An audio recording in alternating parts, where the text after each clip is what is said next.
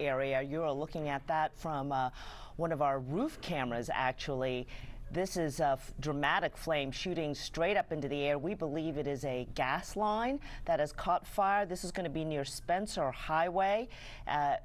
Some of the images we have seen shows this very close to a residential area, that some of the fence line next to that neighborhood has actually caught on fire, and fire crews are out there now trying to dampen both the rooftops as well as the fence line there next to where this fire is just shooting up into the air, straight up there. Take a look at that. That is a Houston TransStar shot right there. It is also, from some images we have seen, in between a large Walmart in that area, if you're familiar with that neighborhood. Apparently, there is some sort of a utility easement where all of this is located, and jets and streams of water are going down in that area, trying to get that fence line dampened so that the fire does not spread. It is absolutely threatening some local homes there. We are told that this is a pipeline fire, and the LaPorte Office of Emergency Management confirming that for us.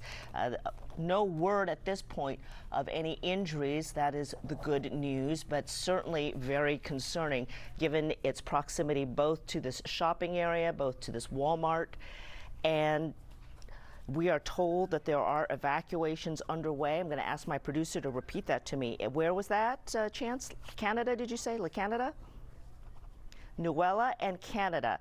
At that area, evacuations are underway, so you can get a sense about how threatening this fire looks to be. Again, some of the images we have seen show there's a small utility easement next to a small park, and that backs up to neighborhoods and homes. The fence line next to those homes has caught fire.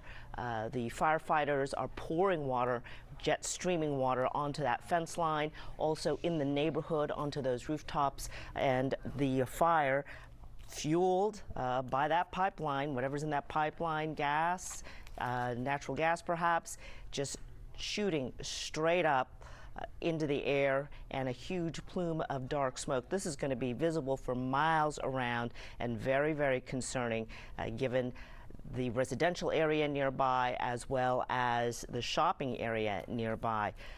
Can't even imagine what the heat is going to be like. This is going to be a warm day. It's 84 degrees right now, and it will be projected to be into the 90s later in this afternoon. Hopefully this, of course, will be taken care of earlier than that. The big issue we're going to presume is to be able to sort of turn the fuel source off at this pipeline. Probably doesn't make much sense to try to put anything directly on top of the fire. I'm going to guess that firefighters are looking now for the best way to turn the fuel off. Switching now to our Houston TransStar camera also, and you can take a look. This is from Beltway 8 and Spencer, shooting back to that area. A lot of smoke there, also starting to drift over the neighborhoods, and you know that anybody driving by along the Beltway, anybody obviously living in that area, is going to be very concerned about all of that. We're getting information as we can from all different sources, so I'm going to apologize as the phones ring and as our assignment editors and producers continue to look for more as we try to give you some more information there. I believe Air 11 is en route. Is that correct, guys, to this fire? So that we can give you a better overhead view. So we're hoping in a couple of minutes we will be saying, okay, Air 11 en route, and imagine we have ground crews heading that way. But that is bright orange flame, obviously a strong fuel source getting into there. I know our meteorologists are keeping an eye on this as well, hoping that we can get some information from them on both the winds and other considerations, the smoke, the irritants that can also be a problem, obviously, for folks. We are waiting to find out. There may be a shelter in place that eventually gets issued as well. But there is an evacuation between Luella and Canada right now that has been issued. Obviously, this is going to be the area that is most threatened by this fire. Again, something you cannot miss if you're going to be here in that LaPorte area. Our Pat Kavlin has been monitoring the air conditions here and the weather. Pat, what can you tell us about all of this? Hey, Charmaine. Yeah, so obviously what we're looking at there on the right-hand side of the screen is this this fire. This is in the LaPorte area. So the winds are obviously the main consideration that we always check first when we're dealing with a fire like this. And notice how the flames are just shooting straight up into the air. And notice how there's not a ton of smoke either. There's a lot of black smoke on the top, but if you look at a wider shot of it, there's not a ton of smoke in the atmosphere. So you're not really going to smell a lot of smoke in the immediate area, but if any were to develop, it's going to be moving to the south. If we could take my graphics full screen just so the viewers can get a better look at the wind directions I'm talking about here. All of the arrows are pointing from north down to the south. So any type of smell or any type of smoke that does start to develop with this is going to be pushing to the south. So Chance, you want to say that again? The fire is near where? Okay, so it's moving again. So the Spencer Highway and Somerton. Thank you. So Spencer Highway and Somerton is where this fire is. If you're just joining us again, we've got this out of control, this fire that's in the LaPorte area, Spencerton and Spencer Highway. Okay, so again, all of the wind here coming in from the north. As we go over to radar, we typically look to see if we can find the smoke signature on radar. And again, there's not a lot of smoke with this system, so you don't really see anything on radar right now. So it's kind of hard to pinpoint exactly where the smoke would go, but the winds are very light.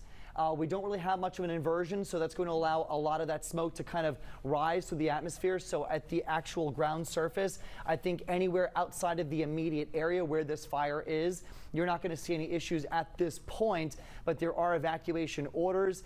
This is a pipeline fire, and so because of that, I think the fire is burning a little cleaner than, let's say, a house fire, a structure fire. You're not getting that huge plume of smoke that you would typically see right now. But again, obviously a dangerous situation in LaPorte. That's why the evacuation orders have been issued, but we're not seeing a lot of smoke popping up on radar here. But again, wind direction in this area, generally going from north to south. They're very, very light winds.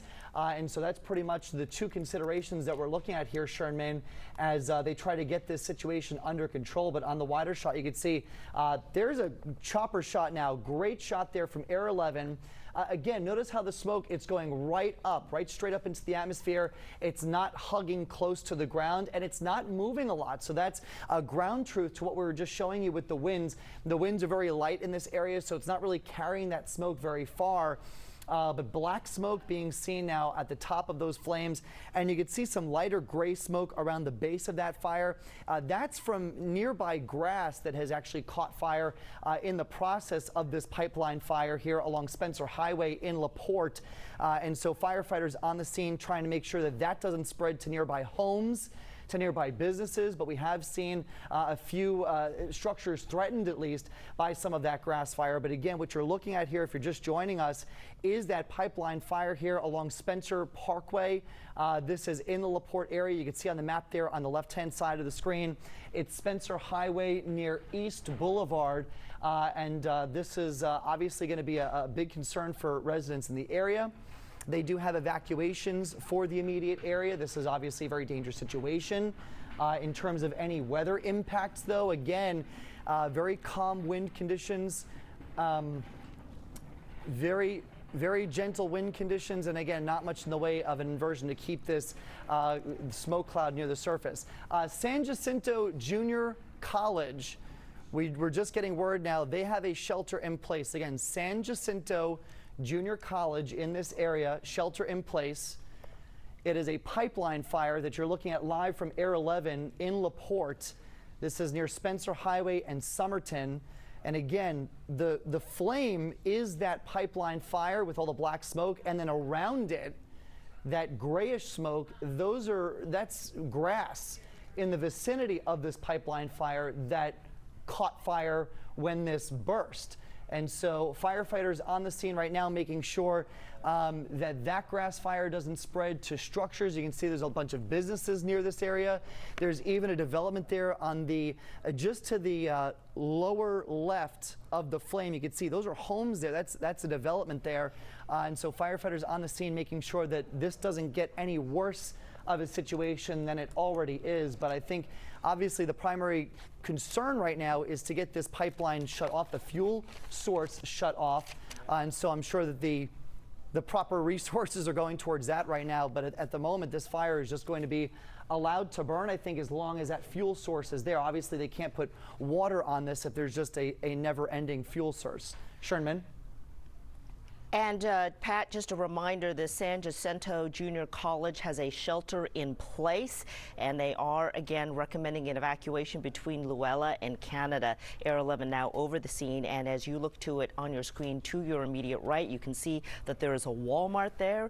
We're trying to reach that store to see what the situation is there, if they're trying to ask customers to go ahead and leave or if business is continuing as usual, but we're working to try to get some information on that.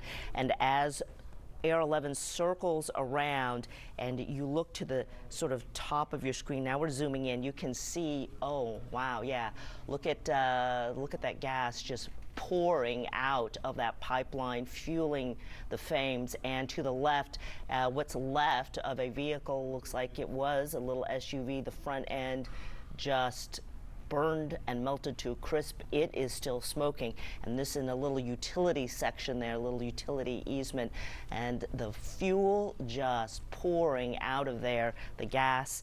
The big question, of course, is how to shut that off, and hopefully folks are working on that, being able to turn that fuel.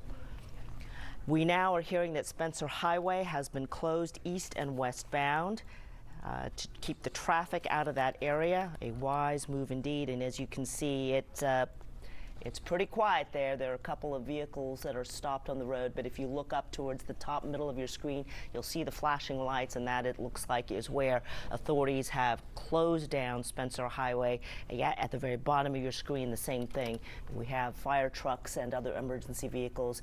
The effort, of course, is to keep that entire area open for emergency vehicles and free and clear of anybody else who could be in trouble if they pass in that area. Take a look to your left of your screen. You can see those power poles, those utility poles. They are smoking right now, not immediately on fire from the pipeline flames, but must be so hot that they are starting to smoke themselves. That is pretty dramatic.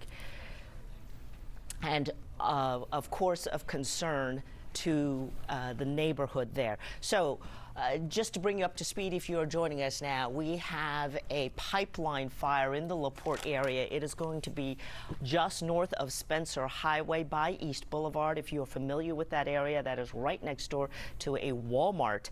And to the left is a neighborhood. And if you can kind of see on your Air 11 shot there, the fence line that divides this utility easement and that neighborhood is smoking. We've seen flames. It's on fire. Fire trucks are pouring water onto that fence line and to those neighboring homes, trying to keep things cool and to keep those flames from spreading.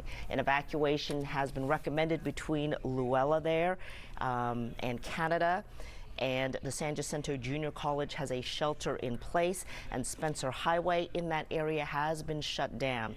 This is a live camera from, I believe it's from TransStar. It is just going straight up. So that's a NASA camera, so that's how far away you can see all of this.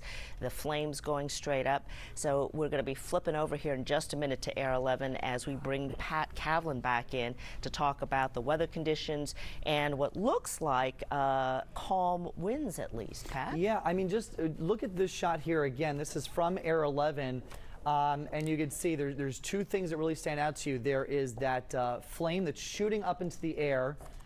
And look at that just to the right. It's a little bit of a smoke dust devil that's formed out of that grass fire, that cylinder of gray smoke there just to the right of the fire.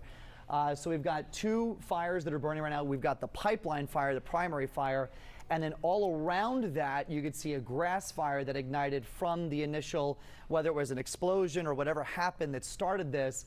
Firefighters on the scene right now, they're trying to extinguish the grass fire before it starts to threaten any of those nearby homes and businesses. But again, all of this smoke just going straight up into the air.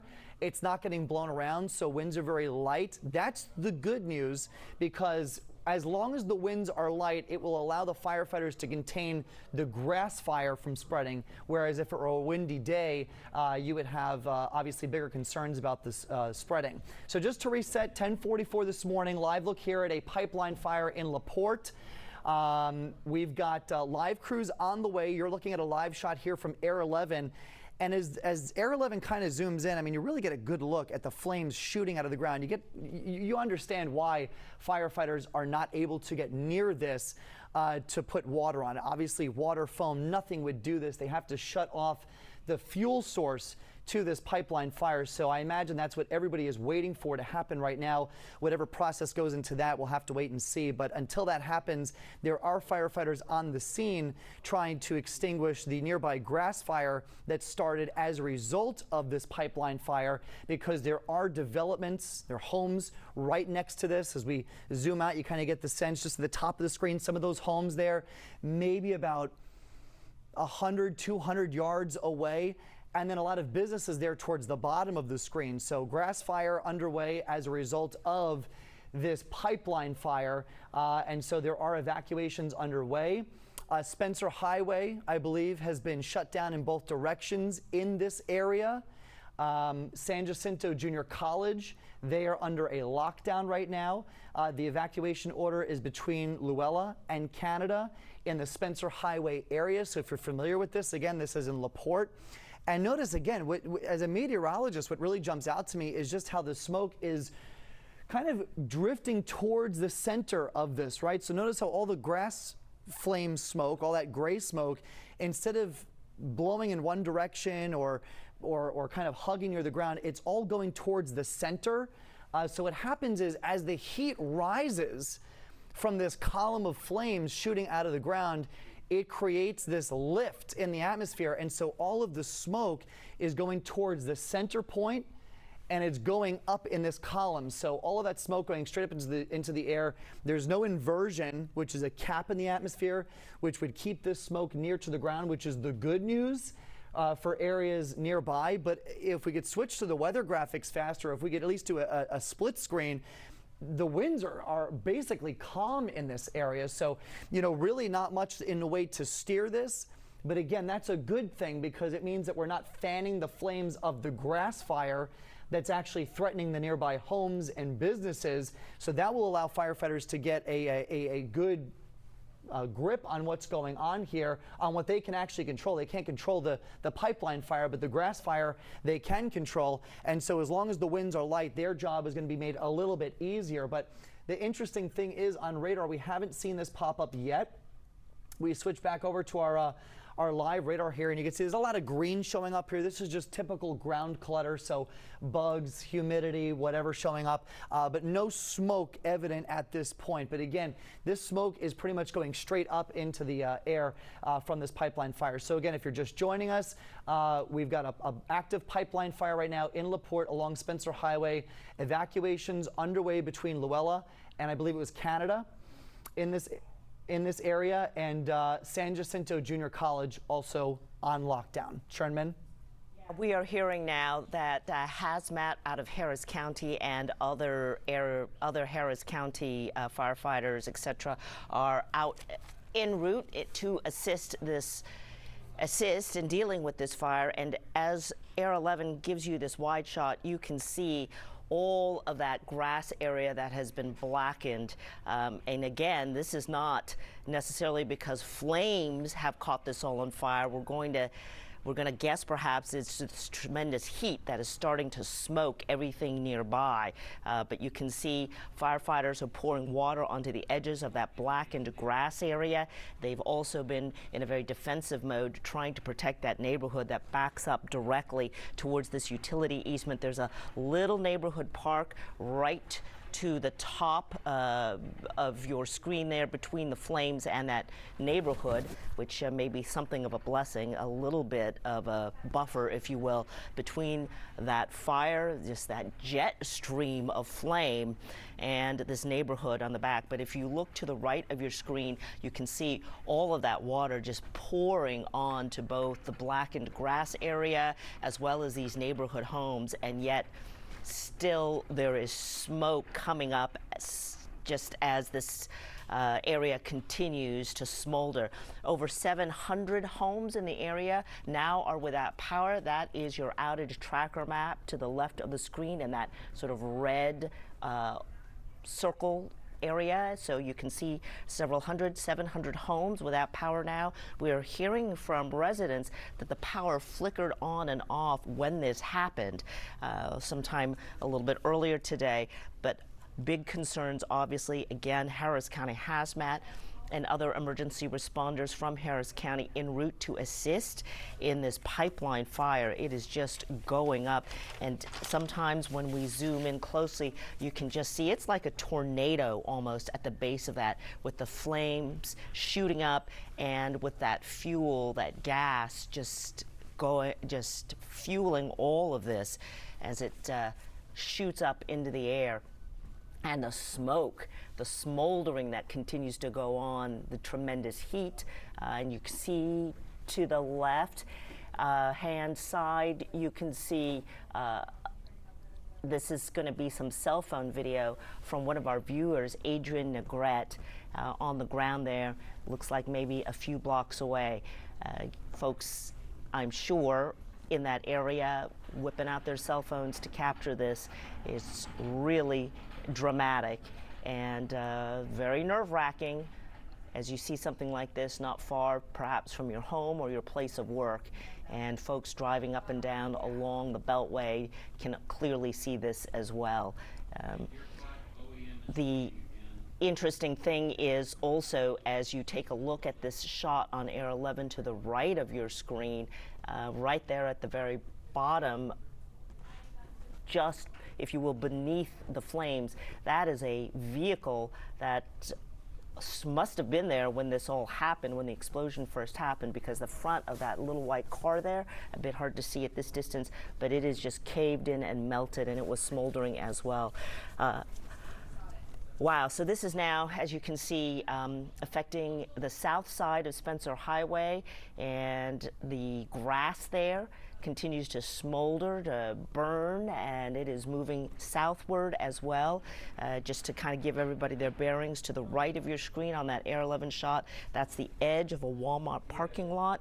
To the left is a small park, and the homes there, obviously homeowners there are very concerned. We're told that the Walmart and a nearby HEB have also been blocked off. I can only imagine that authorities do not want any more customers coming into those large stores, trying to keep this area clear if possible. That highway there, Spencer Highway, in that area has been closed down. You see absolutely no traffic on the highway there, for a block or two in either direction. This is, of course, to keep folks safe and to give firefighters easy access if they need it. Air 11 zooming in a little bit. And now we have some new video. This is in from John Sullivan. Looks like there's that HEB, and he's being, it looks like, directed by local authorities, and we see a lot of cars look like they're trying to get out of the area, which is the absolute smart move. Again, that HEB is being blocked off along with the Walmart, and authorities putting the hands up stop sign, and a lot of vehicles moving out of those parking lots trying to get out of that area. John Sullivan driving up onto it. I'm going to guess, it looks like from here, that he may be on Spencer Highway there. This also now coming in from Deer Park, the Office of Emergency Management. Major fire area surrounding Walmart and HEB currently blocked off to traffic. Avoid the area and reroute. And a reminder, Spencer Highway currently closed east and westbound. East Boulevard currently closed southbound towards Spencer Highway. So these are the traffic notes for that area. Bottom line is avoid it if you can. Wow.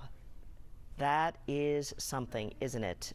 Pipeline fire right there in the center of your screen, in the middle of what looks to us like a utility area.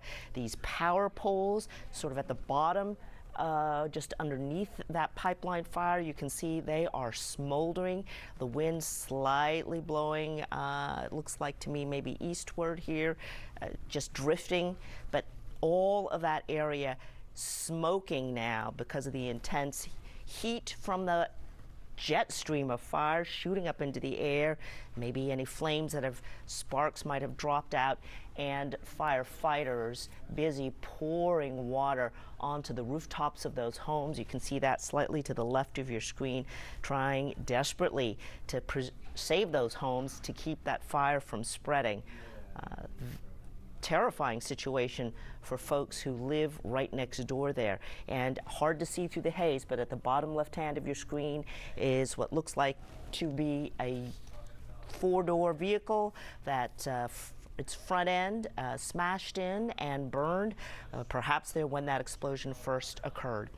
To the left of your screen, Rigo Falcon, another viewer, has sent in some video that Rigo has shot, and this is from a slightly different angle, but same picture, obviously, same pipeline fire going up in the air and catching everyone's attention.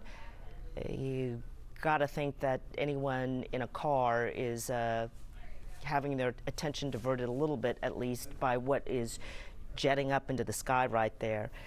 The Spencer Highway, of course, has been shut down for a couple blocks here. Again, this is going to be at Spencer Highway and East Boulevard. That is where this pipeline fire is, in between a neighborhood and a Walmart, not far from the HEB there. That Walmart and HEB has been blocked off.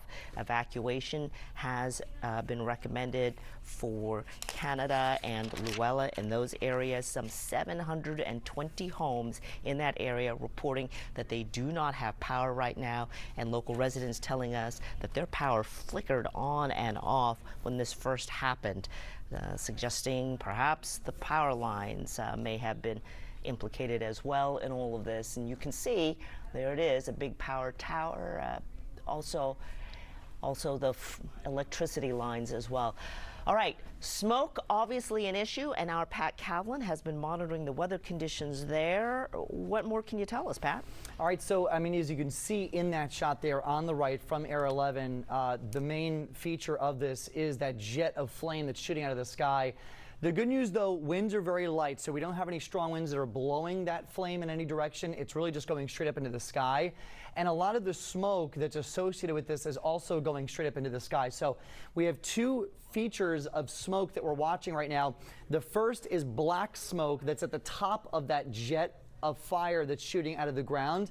And then notice all the gray smoke and the charred ground that's around that jet of fire. That's grass. That's a grass fire that started whenever this explosion happened, or whatever set this fire off. Whenever that started, the grass of the surrounding area lit on fire. So firefighters on scene right now trying to put out that fire.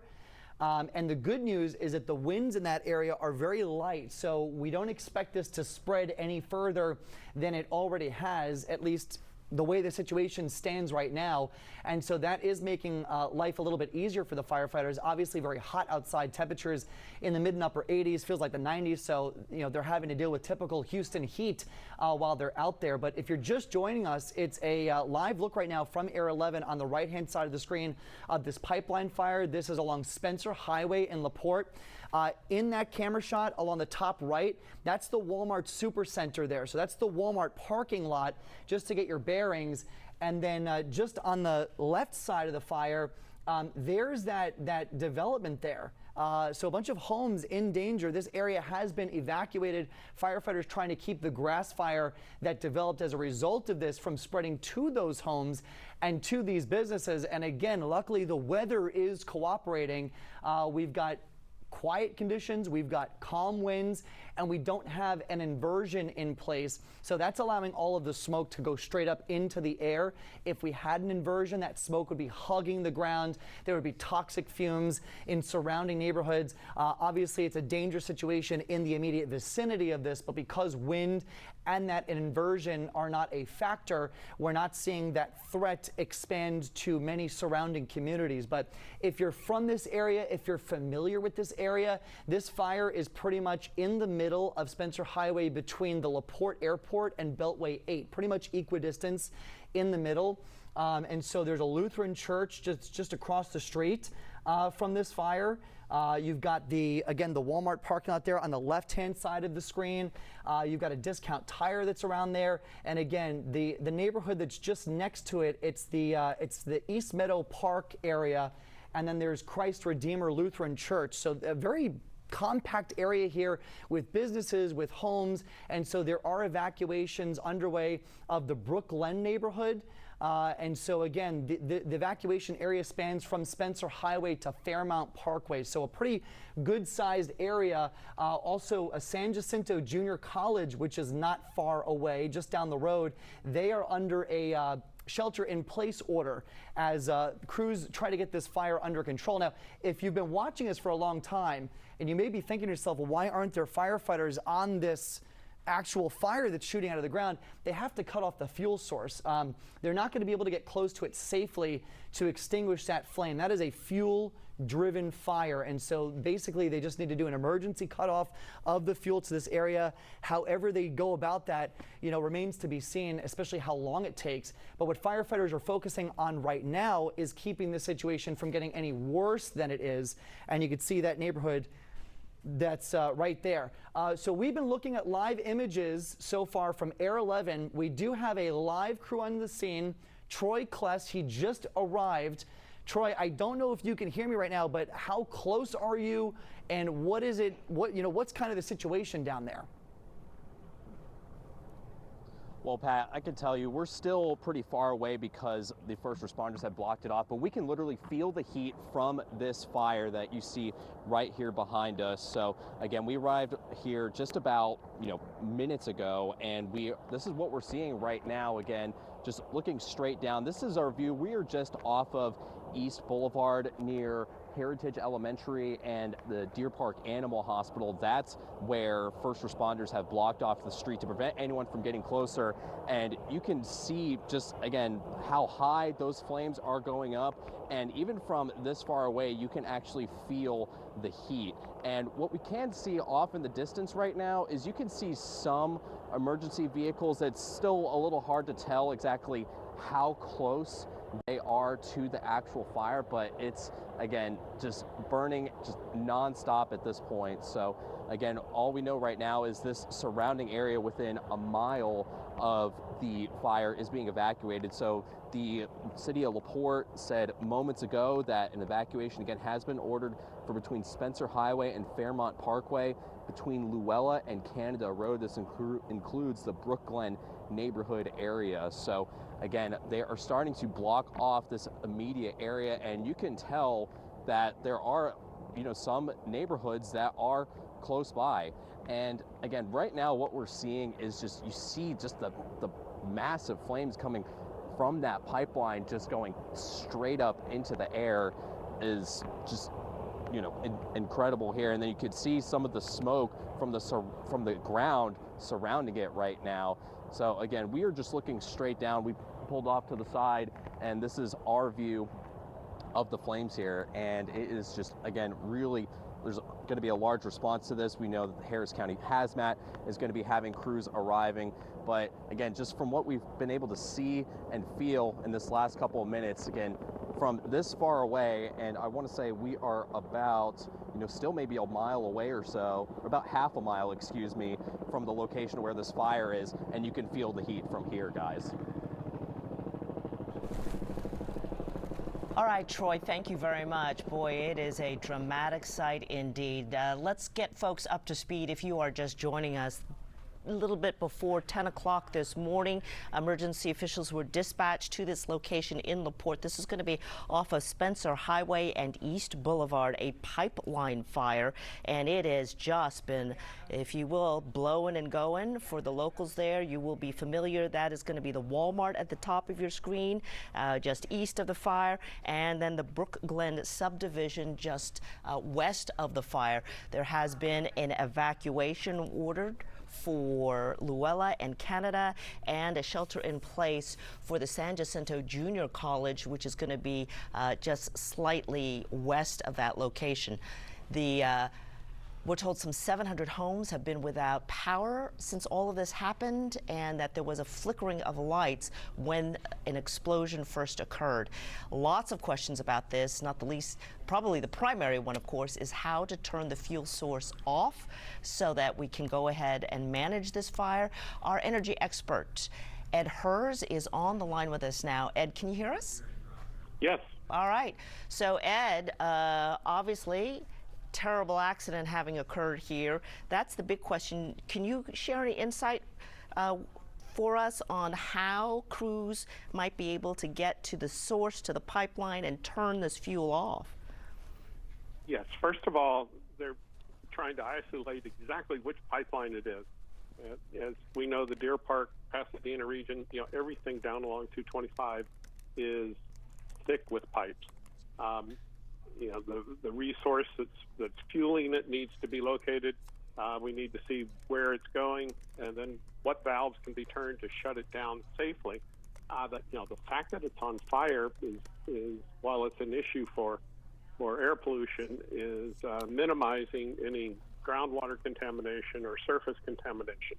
And so the teams, the ownership of the pipeline, the operators are looking to figure out quickly how to shut this down and how to contain it. Is there any sense about how long something like this might take? I understand what you're saying. In some ways, it's a bit of a spaghetti bowl out there because there's a lot of pipeline running around.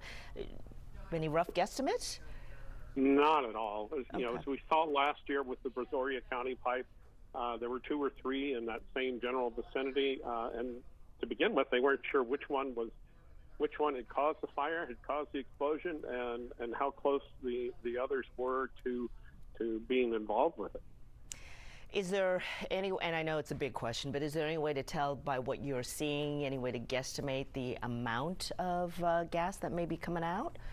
No, not at all. Just a whole darn lot, I suppose.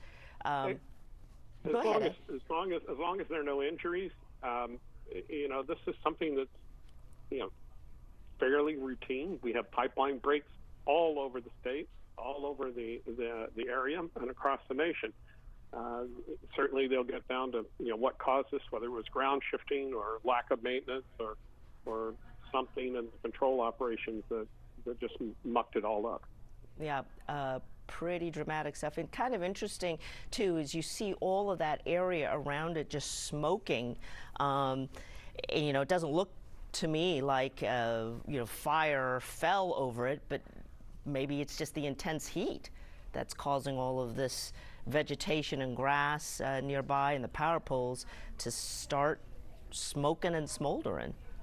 Well, exactly. As we stirred, there's tremendous heat being generated here, and that has quite a radius. Yeah, very dramatic indeed. I'm going to take a quick look now. We have a note from LaPorte ISD saying that all students are safe, telling parents to be calm about that. The schools in the area affected by the fire near Spencer and Canada are sheltering in place. So in addition to the San Jacinto Junior College, the LaPorte ISD schools in that area are also sheltering in place. Pretty dramatic stuff. Flames just shooting straight up into the air there, and our energy expert Ed Hers telling us that it's going to take a minute and a half or more than that to figure out exactly which pipeline has been impacted and needs to be shut down. Air 11 zooming in now, and you can see that playground in that park which buffers up to that utility easement. It has caught fire. That's going to be that plastic playground equipment, which Ed, I'm going to guess that's likely a petroleum product. Is that a reasonable guess? That's a pretty safe bet. I mean, this just shows the intensity of the heat. It's a hot, relatively dry day in Houston. We're not getting any breaks from the weather per se, but this is, goodness, it's a contained fire. That is the good news, absolutely. Mother Nature seems to be helping out a little bit. We don't have any strong winds. And you can see to the right of your screen, look at those ladder trucks. They have been there now for, I'm going to guess, the better part of an hour at this point, just pouring water onto the rooftops. The fence line there between that Brookglen subdivision and the fire here, this easement, is look at that, part of that fence line has burned down, and that's obviously why they continue to pour water on this area to try to protect the homes and keep that fire from spreading. And I'm sorry, a producer was telling me something in my ear just a second ago. Harris County Pollution Control is on scene. That certainly is a question because we've got a lot of smoke, as you can see. A lot of grass there has gone up smoking. Our Troy Kless is on the scene, and we're going to go back to him now for an update there. Troy. Hey, Sherman. Yeah, we are just standing by here on the scene, again, about a half mile away from roughly from where this fire is located. And again, we can just see what y'all have been seeing is just we continue to see just the flames continue to just shoot up in the air. On the ground a little bit closer, again, hard to tell. You could see some workers or first responders walking in the area. So you can also see that we are on a clearing where a pipeline, again, not sure if it's one that's connected to this fire or not, we're on a clearing where you can see, you know, some of where people can access these pipelines. So again, obviously it's going to be a large scale effort to, again, stop the fire and figure out, you know, how to tackle this thing. But, you know, the reason also, you know, being here and standing in this clearing, we can definitely still feel the heat coming from this fire. So again, all we can see right now is, again, you can kind of see the flames. It looks like, you know, they just continue to shoot up in the air, and we'd see that thick black smoke just going straight up into the sky. Again, right now where we are is, again, roughly a half mile away from where that Walmart area is. And, you know, this is over by Heritage Elementary and this along East Boulevard, where, you know, as we were coming in, we were seeing first responders shutting down the roads, trying to get people out of the immediate area here as well. What we're able to see right now, again, is we continue to see the smoke just sitting on top of the ground. Off in the distance, we could see a couple people walking, again, towards that clearing area where those some pipelines can be accessed. But right now, this is what we're continuing to see right now. And again, the main thing that we can feel right now is the heat from this fire, you know, even being this far away from it. So that is going to be a factor. We don't smell any gas that I can tell right now. So, you know, hopefully there, you know, once we figure out just exactly how large scale of the issue this is from an environmental standpoint, then we'll figure out what the impacts are. But again, this is what we're seeing right now. Again, we are just off of East Boulevard, not far away from where Heritage Elementary is. And like we heard you, Sherman, say earlier, that it is a shelter in place and that students are safe right now. So again, Pat Calvin, we can see the effects, but, you know, just give us a better picture of what those impacts could be from and how the weather is going to be impacting. Well, Troy, I have two questions for you, if you can stay with me here. One, if your photojournalist could actually widen the shot and kind of point up, I want to see what the smoke is doing as it goes away from this flame. I think a lot of folks are really concerned about the smoke, and this is what I was talking about. So the smoke is just going straight up. It's not blowing in any direction. It's not hugging the ground, so that's the good news. Now, Troy, you said you don't smell any gas. Do you smell any smoke at all? Have you spoken to anybody about the concerns with the air quality in the area? We have not. We have just arrived here on scene, but what I can tell you is that people that are at some nearby businesses and at the nearby school, you know, are still in the area just watching things right now, and just like everyone are pretty, you know, fascinated and likely concerned about the impacts that this fire could bring when it comes to air quality. So that's what we're still waiting to see right now. And again, right now, again, everyone's just waiting. You know, this area is, you know, again, we're on the north side of this fire, where along East Boulevard is where they have blocked it off. So at this point, from where we can see, that is where, you know, there's not a ton of people here in this immediate area since we are down this clearing here, but you know, again, a lot of people outside from nearby businesses just watching this unfold and seeing what's going on. And like you probably have questions about what the impacts could be to the surrounding area, Pat. All right, thanks, Troy Kless. And again,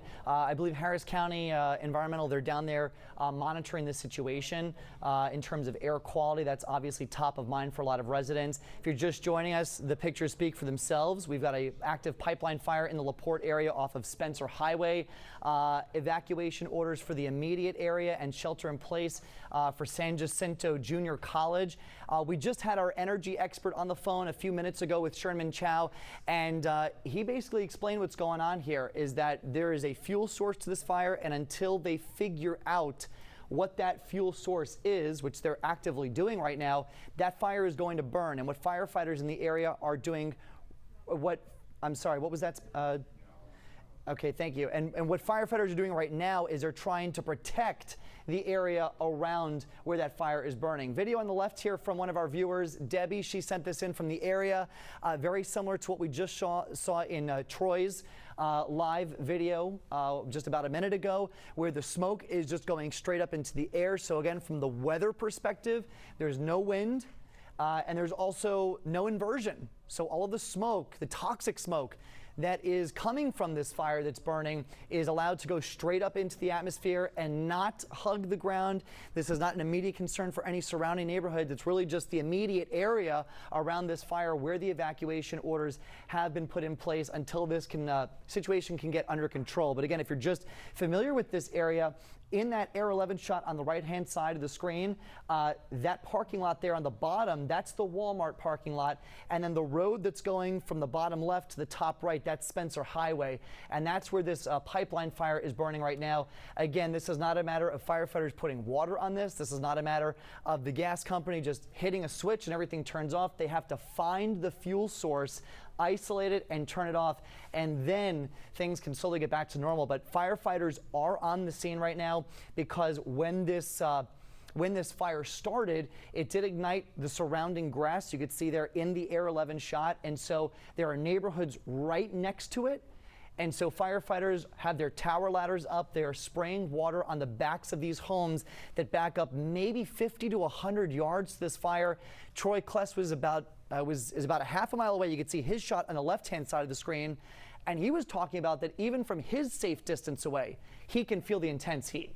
And so homes that are 50, 100 yards from this, I mean, it really is a battle for firefighters to keep them from becoming a casualty of this fire. So water being doused onto those homes to keep them cool, to keep the siding from melting, to keep them from bursting into flames, and to keep the situation from becoming worse than it already is. So again, this is in LaPorte. We've got this active gas line fire still burning. It's been burning now probably for the last 30 minutes to an hour. I'd say probably in the last 45 minutes to an hour. And crews are trying to figure out what the source of the fuel is for this pipeline to get things under control. But from a weather perspective, firefighters do have it decently. I mean, obviously it's very hot out there, but they're not dealing with strong winds. And they're also not dealing with an inversion, which would keep the flames and the smoke closer to the ground. So in terms of keeping this contained to the immediate area, that's the one benefit, is that firefighters are really able to just focus on the homes that are nearby. Sherman Chow, now we're going to send it over to you. I believe we have an interview ready to go. Yeah, Pat, we have on the line with us Harris County Commissioner Adrian Garcia. And Commissioner, can you hear me? Yes, ma'am. Good to talk to you, Sherman. Good to talk to you, sir. Sorry under these circumstances, of course. Can you share any information you may have about this pipeline fire? Yes, so at present, obviously, it's very fluid, so we're still working through all the assessment of what is taking place. I have been in touch with Mayor Mouton of the city of Deer Park. We originally thought it may have been in the city of LaPorte, so I was in touch with Mayor Hilton there as well. But what we know at this present time is that Deer Park ISD has issued a shelter in place, as well as San Jacinto Community College. There are about 350 homes that are very near the fire points, and so we are there's an evacuation order in place for that. We are, the Harris County Fire Marshal is on site working with the city of Deer Park. We are also coordinating any other resources that they may have, advocating for any support that they may need. Right now, we have no reports of any injuries, thank goodness. We have had conflicting reports as to whether a vehicle accident may have ignited the situation or whether it is something else. So we're working through those particular details, but right now our fundamental interest is getting this fire under control and making sure that there's no injuries. Commissioner, yeah, I think at first a lot of people thought that this fire was officially, if you will, in LaPorte, and we are hearing now and looking at the maps that it technically may be in Deer Park, but certainly on the borderline, and Deer Park OEM issuing a statement that the Unified Command is established with Deer Park handling the west side, LaPorte handling the east, and the division really seems to run along Spencer Highway, so it is, a close call and certainly impacting both cities regardless. Do you have any word yet on who may own the pipeline or how the work is going there to identify the proper entity that can... Yes, I don't want to speak out of turn, so we have been hearing that it may or may not be owned by a particular company, so I don't have any confirmation on that at this point, so I'd rather not mention what we're not sure of at the moment. All right, fair enough. The other thing we wanted to let folks know as well is that CTEC, the Southeast Texas Regional Advisory Council, is looking at a potential evacuation of an assisted living center nearby. That's correct. And I'm told that's because of power loss, not necessarily fear of the fire, but power obviously an issue, and certainly for those in assisted living. Can you share any more information about that, Commissioner? Yes, that's absolutely correct. There's a power outage right now that the community is experiencing. So we want to make sure that those seniors are well taken care of, and so there is a coordination with CTRAC to have transportation provided, and we're ready to provide any assistance in that regard. But these are delicate folks, so we want to make sure that they're well attended to, but that is currently underway. All right. And again, this impacting the bordering cities of LaPorte and Deer Park. They are neighbors right there across the highway there at Spencer Highway. And the local schools, LaPorte ISD, saying the campuses nearby are sheltering in place, as is San Jacinto Community College. Traffic has been closed to the HEB as well as the Walmart in that area. Spencer Highway shut down, east and westbound, a couple blocks in each direction. Again, trying to keep that area safe, keep civilians out of that area, and to allow open access for emergency responders. We're told that Harris County Hazmat has been dispatched. Do you have any additional information on that, Mr. Garcia? Yes, Fire Marshal, the Harris County Fire Marshal, is on site and coordinating with OEM, and so we're bringing all the resources that we have to the table to ensure that we get this fire under control as quickly as possible. In addition to the Harris County Fire Marshal, I'm sure the local firefighters are busy there working as well, and they've been pouring water onto that Brookglen subdivision there and the fence line, which has caught on fire. It is blowing and going. It's very intense. Yep. It's very, very intense, and just ask everyone to keep our firefighters in their thoughts and prayers, because this is a very horrific event, and we want to make sure that they get this fire under control, but obviously we don't want any harm to them as well. Sure. Do you have anything to add about pollution control? I know folks are heading down there to take a look at that as well. Yeah, everything is being activated, Sherman, and so the pollution control will be checking the area once we get to a point of control of the fire. But right now the heat is very intense, so it's very difficult to get anywhere near this point, and we wouldn't want those individuals interacting unnecessarily. So they'll be doing their particular part. Harris County Fire Marshal is on site and working to coordinate to any extent necessary and needed. And we're coordinating all resources from my precinct office as well as from the local communities to help in this event to make sure it gets under control.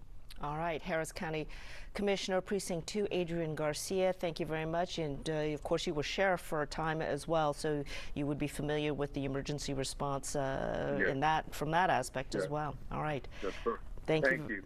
Appreciate your time, sir. Thank you. All right, our investigative reporter, Jeremy Rogowski, has been taking a look at this, taking an inquiry into the pipeline situation out there. Jeremy, are you mic'd up and ready to chat with us here? Hi, Sherman. Yeah, this is a map here from the National Pipeline Management System. A little hard to see here, but I want to focus in on this line right here. You see a blue line and a red line. There is a series of pipelines along this easement heading from south to north. This is Fairmont Parkway. Here is Spencer Highway, and then Pasadena Boulevard onto the north. Let's take a closer look now. You see the Discount Tire, the HEB. This is the area that we're talking about. Again, a red line and a blue line representing several pipelines that are underground in this area. Here's another shot, a little difficult to see from Google Maps. This obviously is before the fire, but each one of these markers here, these hazardous material markers, represent a different material. They include petroleum, methanol, dry gas, as well as ethane. So that's potentially what officials have on their hands here. I did just speak with the Office of Emergency Management in LaPorte with a very basic question. What is on fire? What is the fuel source that is on fire? They told me not 5 minutes ago, Sherman, they did not have a handle on that. They were not able to confirm it. So back to energy analyst Ed Hers saying, the need now is obviously to find the shutoff valve and the source and to cut that off. At least from the OEM position and the city of LaPorte, they say they still don't even know what material is on fire. And again, looking at the screenshot from Google Maps, during normal conditions, you have four potential fuel sources: petroleum, methanol, dry gas, or ethane. So that's what's going on there. And again, all the way north to south, that blue and red line, this again coming from the National Pipeline Management System, which obviously maps pipelines in and around southeastern Texas and beyond. But again, going north to south there, that blue and red line representing those potentially hazardous materials that can catch on fire. So we're going to try to get more information, but for now, that's kind of a lay of the land. A lot of work ahead, obviously, Sherman. If nobody can immediately identify what's on fire, the obvious next question is, where is the source, so officials can cut that off, which is obviously priority number one right now, Sherman. Yeah, Jeremy, big question. Yeah, what's burning? Who owns it? Where can they do the cutoff? And I guess the other question is, as you've pointed out, we've got several pipelines running up and down in that area. God forbid, hopefully this fire does not impact a neighboring pipeline. Well, certainly that's cause for concern. I won't name the company. We did reach out to one of the largest pipeline infrastructure companies by email. We're awaiting a response from that company to A, confirm ownership of this, B, confirm what is the material burning, and then C, the obvious next question is, where do they go from here? How do they mitigate it? What's the timetable on cutting off this fuel source? But again, from this information, it appears to be somewhat complicated, because you have an easement here with several pipelines, at least 4 that we've been able to identify, with different materials. What exactly started on fire? Again, where are the cutoff valves? Where are the shutoff valves? How easily are those accessible? All those questions obviously going to be top of mind from emergency management officials' perspective, Sherman. Absolutely. All right, Jeremy Rogowski, we're going to let you go for now and let him continue to check into this situation. Meanwhile, our Troy Kless is on the ground, about a half mile, you say, Troy, from the fire itself, but feeling the heat, huh? Sherman, that's exactly right. Yeah, roughly a half-mile away, and we are here along one of those easements where pipelines could be accessed. Now, we heard Jeremy talking about we don't know which pipeline is going to this fire, but obviously it's a concern for this immediate area. And there's also, again, some homes that are off to my left here that you can see, again, a neighborhood that is relatively close by. Now, what we have seen here recently is we also have seen some fire trucks that are putting water on the ground surrounding the flames. So because we can see it's not, obviously the fire is one issue, but we can see the ground around it is also just smoldering as well. So that's what we've been able to see from our vantage point here so far. And again, from this area, like you said, Sherman, is where you can see behind me, this is a large clearing that goes all the way down, and we can still feel the heat from the flames here.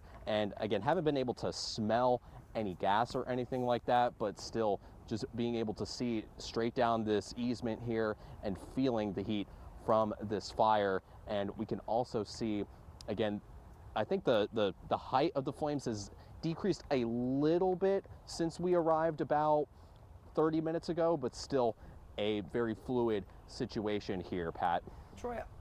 Troy, I was going to say it does look like the flame height has come down a little bit, and I wasn't sure if we were just getting used to looking at this or if you had actually noticed that yourself. Is there still no change in what the smoke is doing? It's still going straight up into the air, is that right? It's still going straight up into the air, but actually if you look to the right of the flames, you can see it's a little like, again, a twister is what my photographer is saying here. You can see just that brief spin up here. That's incredible. So just a twister again, maybe not even more than 50 yards to the right of it. So we see that a lot in California, actually, during wildfires, these little gustnados that develop, and just from the intense heat that develops. We actually saw it earlier in one of the Air 11 shots, so cool to see it from the ground perspective. These little whirlwinds that develop, these are not dangerous. Obviously, the primary concern is that gas pipeline fire. Troy Kless, thank you so much for the live report. Again, we're looking at Troy's shot there on the left-hand side of the screen, the Air 11 shot on the right-hand side of the screen. It does look like the flame is getting a little smaller, that the smoke is getting a little less thick. Obviously, the fire is still burning out of control. So what we've got there in the Air 11 shot on the right, obviously the gas pipeline, the break is where the flames are coming from, and then surrounding it, the grass caught fire either from the initial, whether it was an explosion or just from the intense heat, and fire crews are in that neighborhood which butts right up to this pipeline, and they are dousing these homes in water, not because they're on fire, but because the heat is so intense. They're trying to prevent these homes from sustaining damage, whether it's from melting, having siding melt, or whether it's just from having them catch fire. Troy Kless about a half a mile away, and he was describing how intense the heat feels just from where he is. And again, that's why occasionally in these shots, you're seeing these little whirlwinds spin up. So it's certainly a very active scene here, Sherman. Hopefully it looks like they're starting to get this under control soon. Oh, that is the watchword, and fingers crossed. That is everybody's big first wish, of course. Let's bring folks up to speed if they are just joining us. It was a little bit before 10 this morning when emergency responders arrived here at this scene. It is a pipeline fire. Clearly, this is going to be at Spencer Highway, just by East Boulevard there. A little confusion earlier. This fire clearly impacting both LaPorte and Deer Park, as they are neighboring right there. Just south of Spencer Highway is going to be LaPorte. North of Spencer Highway there is Deer Park in that area. Both offices of emergency management have been activated and are responding to this. And this is going to be to the right of your screen, a Walmart parking lot to the top, and to the left of your screen there is the Brook Glen subdivision. And there's a large swath of blackened grass, grassland, if you will, both to the north and south of Spencer Highway. That is going to be from the intense heat of this pipeline fire. Our Troy Kless telling us he's about a half mile from that location, and he can feel the heat even there. So the temperature's strong enough to make the grass start to smolder. You can see some of those utility poles lining Spencer Highway. Those have been smoking both on the north and the south side of Spencer Highway, which is shut down to the east and west for several blocks. That HEB nearby has been blocked off, as well as that Walmart to the top left of your screen. Firefighters have been pouring water onto the Brook Glen subdivision, onto those rooftops. We have seen tight shots that show the fence line bordering this sort of utility easement, this grass area, and that subdivision. Some of it has caught fire, and that, of course, raising the concerns, the threat to those homes there. The small park that is sort of there just to the right of your screen there, right of the fire, between the fire and the homes, that has gone up in flame. We've seen that playground equipment made out of plastic petroleum products, that has burned as well. So the fire continues to smoke and wreak its havoc on both sides of Spencer Highway, and big efforts to try and preserve those homes there. Some 700 customers are without power since this all happened.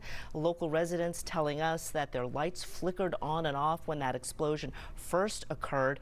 You can't see it clearly here from this wider shot, but there was a vehicle nearby by the pipeline, and it was badly damaged. The front end looked like it had been the victim of some kind of an explosion, and it had caught on fire. Harris County Sheriff Ed Gonzalez joining us now on the line. I'm sorry, excuse me, I apologize. The sheriff there tweeting this fire, sharing some information. You can see that to the left of your screen. But yes, Harris County Hazmat is on scene assisting, along with, I'm told, other Harris County officials. Some 700 customers without power, including, we are told, an assisted living facility. So CTAC, the Southeast Texas Regional Advisory Council, is looking at potentially evacuating that assisted living center, not because of fears about that fire, but because of the power loss. The residents there need access to power, no doubt for medical equipment, as well as to keep cool. The temperature's rising again. We expect it to be in the mid-90s, upper 90s today, so that is something else to be concerned about. Our Jeremy Rogowski, our investigative reporter, has been looking into the pipelines that run through that area, and as he showed you just a while ago, there are several running up and down north-south in that area, and one of the big issues is who owns the correct pipeline, the one that's actually on fire right now, and what is in it. He has found that it could be petroleum, dry gas, ethane, or methanol. So all of those big issues. First, the pipeline, the fuel source needs to be cut off, so the pipeline needs to be shut down and closed once you identify who owns that correct pipeline. And then, of course, the question is, what is burning? What is the fuel source? It has been just a whirlwind watching this. It's like a little tornado at the very base of that fire. You can even see it from this wider shot, but the flames kind of going in a massive circle there, and down on the ground you can see the gas just blowing into it, fueling that fire. And no doubt the neighbors, who are, well, from this vantage point, almost spitting distance from that fire, going to be very nervous and concerned. An evacuation has also been ordered for the areas of Luella and Canada, those streets nearby, and a shelter in place as well for the San Jacinto Junior College, which is just a few blocks from that location, as well as some of the LaPorte ISD schools, which are nearby as well. The ground camera is to the left of your screen. That is our Troy Kles's camera. He is about a half-mile back from that fire, but the camera is zooming in, and you can see what looks to me like a utility truck there, parked closer, and as the camera pans up, you can see that, wow, that tornado of fire continuing to burn and pour up into the sky.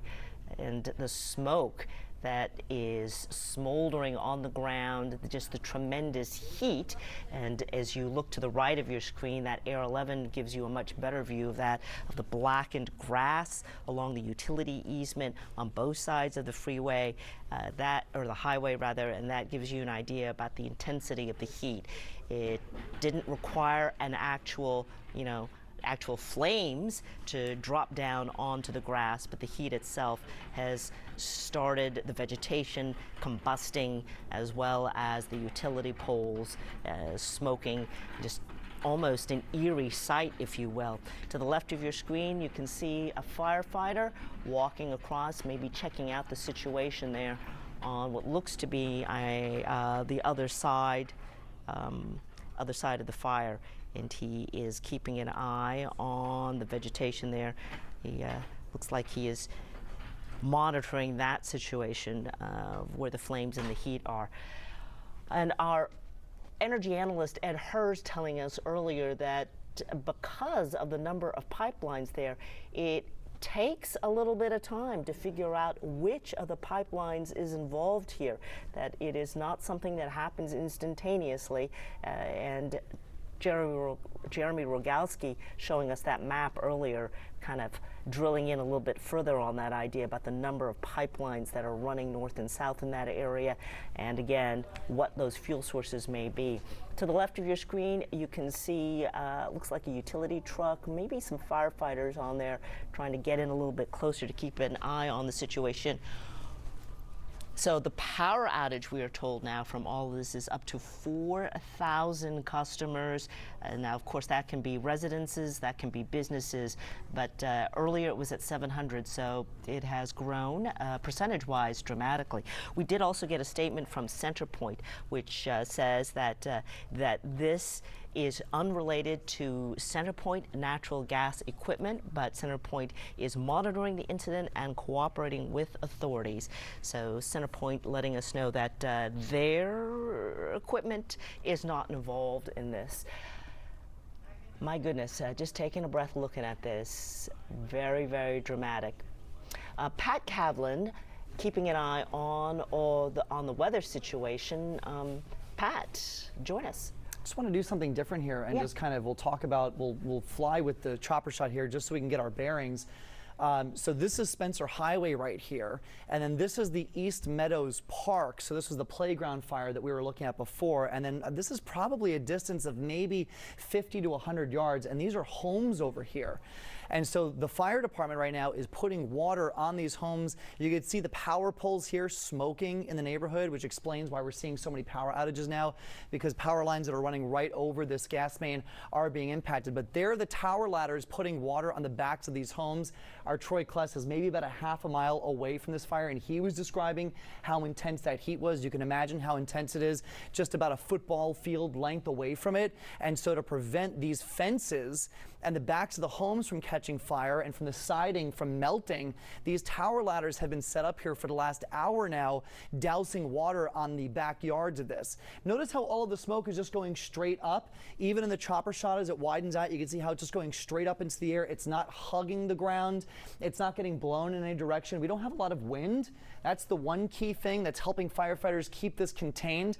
We also don't have an inversion. An inversion is a layer in the atmosphere that puts a lid on things, and that would keep the smoke and the flames closer to the ground. So this is kind of allowing everything to disperse into the atmosphere, which is the best case scenario for a fire like this. So again, this is Spencer Highway. This is the Walmart parking lot down here on the lower right of the screen, and all around it is charred grass, and it even made it across the street here, which is incredible. That just goes to show you how intense the heat is from this.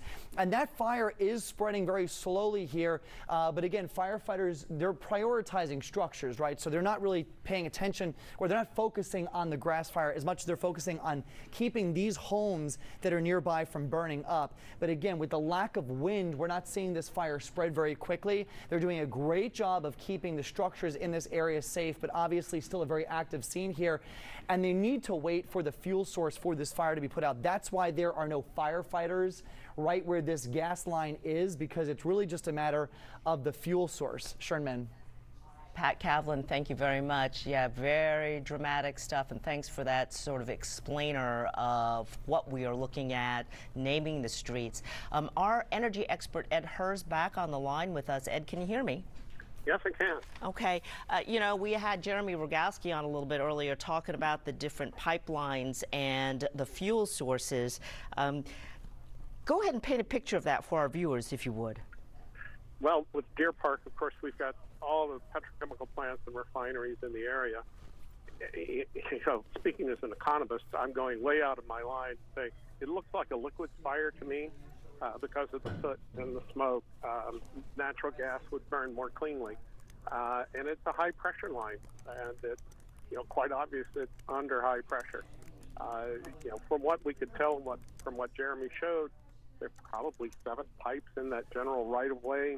It looks like the location of the fire is a manifold or at least a valving for shipping the fuel one place or another. This is an engineering issue. And again, the fact that it's burning in place makes it a lot more manageable. That is the good news. And as a layman watching this, one might say, well, how can authorities not know which pipe it is? Aren't they labeled? Can you explain that a little bit for us? The authorities won't know, right away because they're not going to be able to get close enough to see whose name is on the darn thing. But they do have the mapping that Jeremy was using, the GIS mapping that is provided by the Railroad Commission.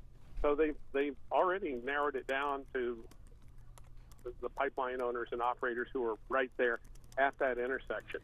And so now the question is, which valve do I have to turn? If this is a manifold and it itself was diverting that product or feedstock someplace, and so if it's tied to 3 lines or just 2 lines, there's pipeline pack above it and below it, if you will, that's contributing to the fire. Is there and this may be not in the economist's bailiwick, but I'm going to ask it anyway because you're on the phone with us.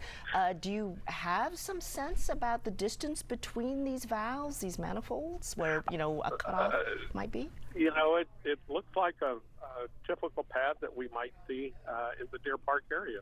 Certainly it's removed through a right-of-way. We've got power lines through the same right-of-way. It's certainly very close for those homeowners nearby. But this just looks like a typical pipeline configuration. Sure. I guess my question is there some sort of minimum distance required between valves, between like this and a potential cutoff valve? I don't think so. A lot of the piping infrastructure was put in place decades ago. The Railroad Commission of Texas regulates the infrastructure for the pipes that are internal to the state. I don't think this is an issue for FERC, and so to the extent that there are regulations followed by the pipeline owners, those would be coming out of the Railroad Commission. Okay. A lot of questions as we start looking at all of this. And someone might ask, is this something that could potentially affect this is now an economist question, I guess, but somebody might ask, could this potentially affect the price of oil? And you would say to them, not at all. Right. This is certainly going to be costly for cleanup. Whoever owns it. Yeah. And the cleanup, as long as the fire departments can contain it and keep it away from houses, it's really not going to be that great. So that just in case someone is wondering that, the economic impact would be isolated to the owner, but certainly nothing you would see at the gas station, anything like that. Absolutely not. Yeah. We do have pipes in that area that, if they were disrupted, could cause a serious problem. For example, the Colonial Pipeline, which provides fuel and refined product, a couple of 3 million barrels a day to the states to our east and north. If that weren't had a problem, that would have a national impact. But this looks like if you will, a purely domestic issue for Deer Park. Okay, all righty. A bit of good news, if you will.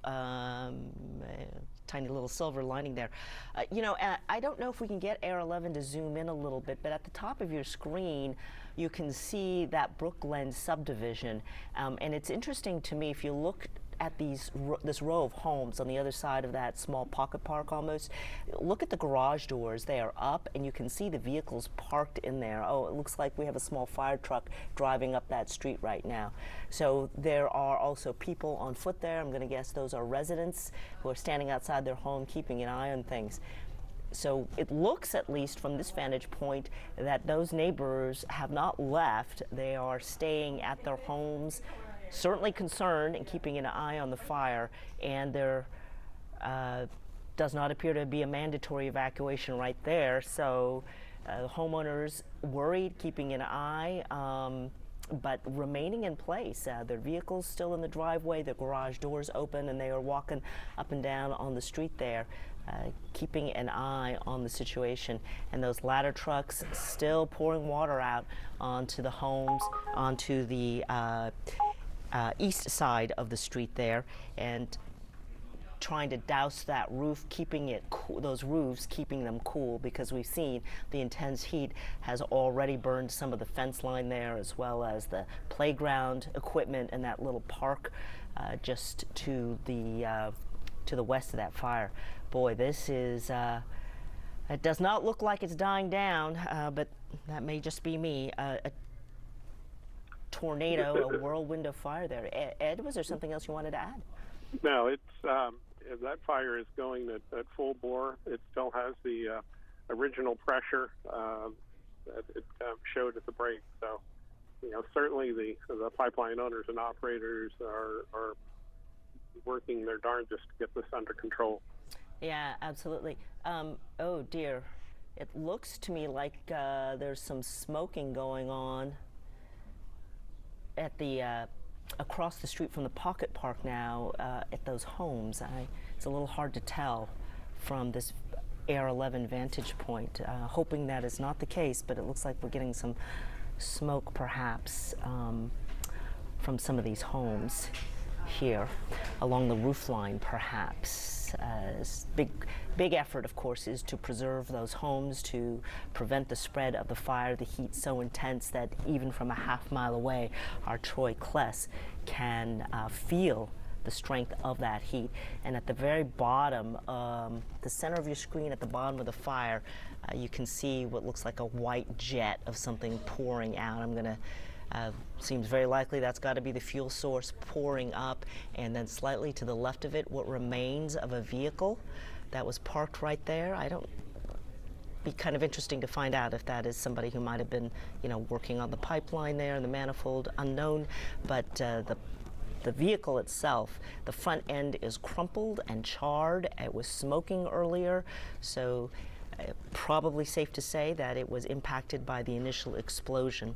To the left of your screen, those utility power lines continue to smoke, both the poles and the lines themselves, and it'll be interesting to see if that tower there to the left, it is no doubt smoking as well. A little bit hard to see in this distance, but this likely causing the 4,000 homes, or business customers, I should say now, homes and businesses that are without power. So this all tying together, and CenterPoint telling us that it is checked, but it has said clearly that it does not involve any of its natural gas equipment. Our Maria Aguilera has arrived on the scene as well. She is on the ground. Maria, can you hear us?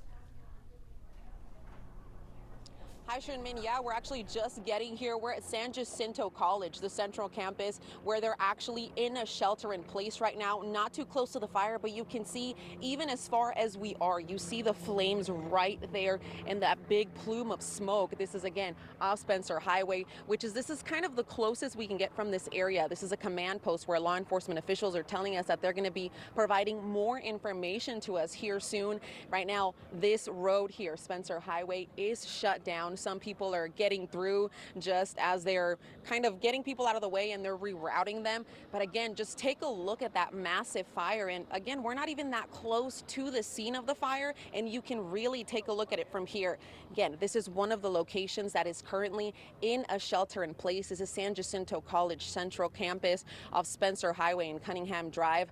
According to LaPorte ISD, we're also told that there are several other schools that are near that fire that are also in a shelter in place. They want to ensure parents that the kids are safe at this time. And a little bit earlier, as we were just getting here, there were some students here at this campus that were outside just wanting to take a look at that big fire. I'm sure they had seen some of the coverage and some stuff on social media, but then law enforcement officials called out at them and asked them to go back inside as there is a shelter in place. Again, right now we are waiting for official information. They did tell us that this is the spot that they want us at, and they're going to be setting up a command post here. Several other crews are here as well, and we will be providing more information as soon as we get that. And for now, we're going to toss it to Pat.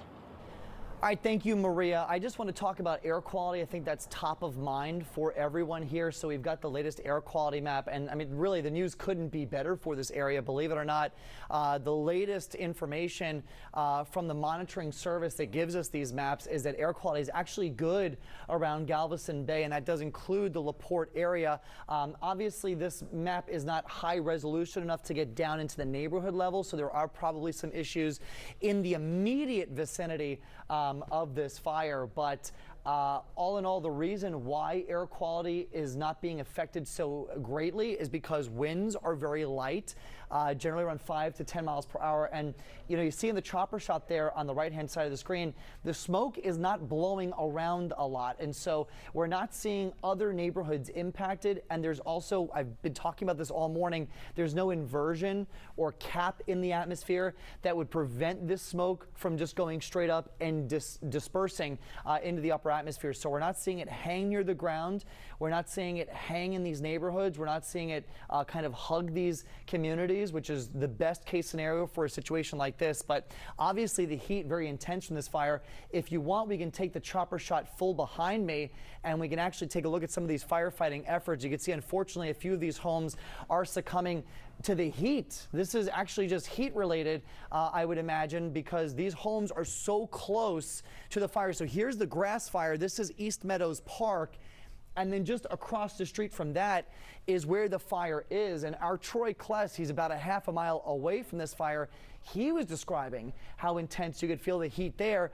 And all of these tower ladders have been here for the past hour and a half, just dousing these homes in water because the heat is so intense from this. Think about you're sitting near a campfire, how hot that heat feels radiating away.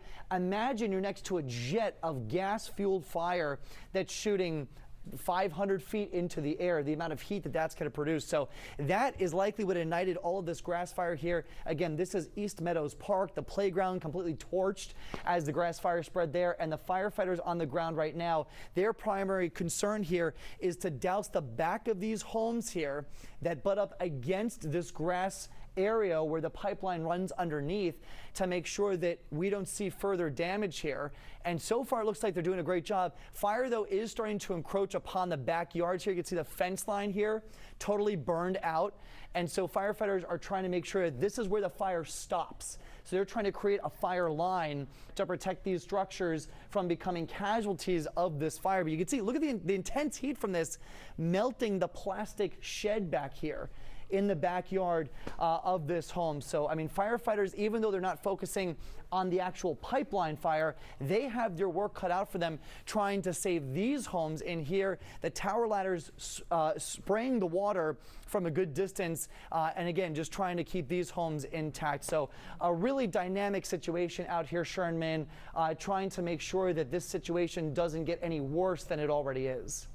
Yeah, and sad to say, it looks like the heat from that fire has now jumped to the west side of East Meadows Street, because just to the west, or the top of your screen on the other side of the street there, you can see that some of the homes have started to smoke, and firefighters are pouring water onto the rooftops there. That the air level is now dipped down beyond that, past that shot.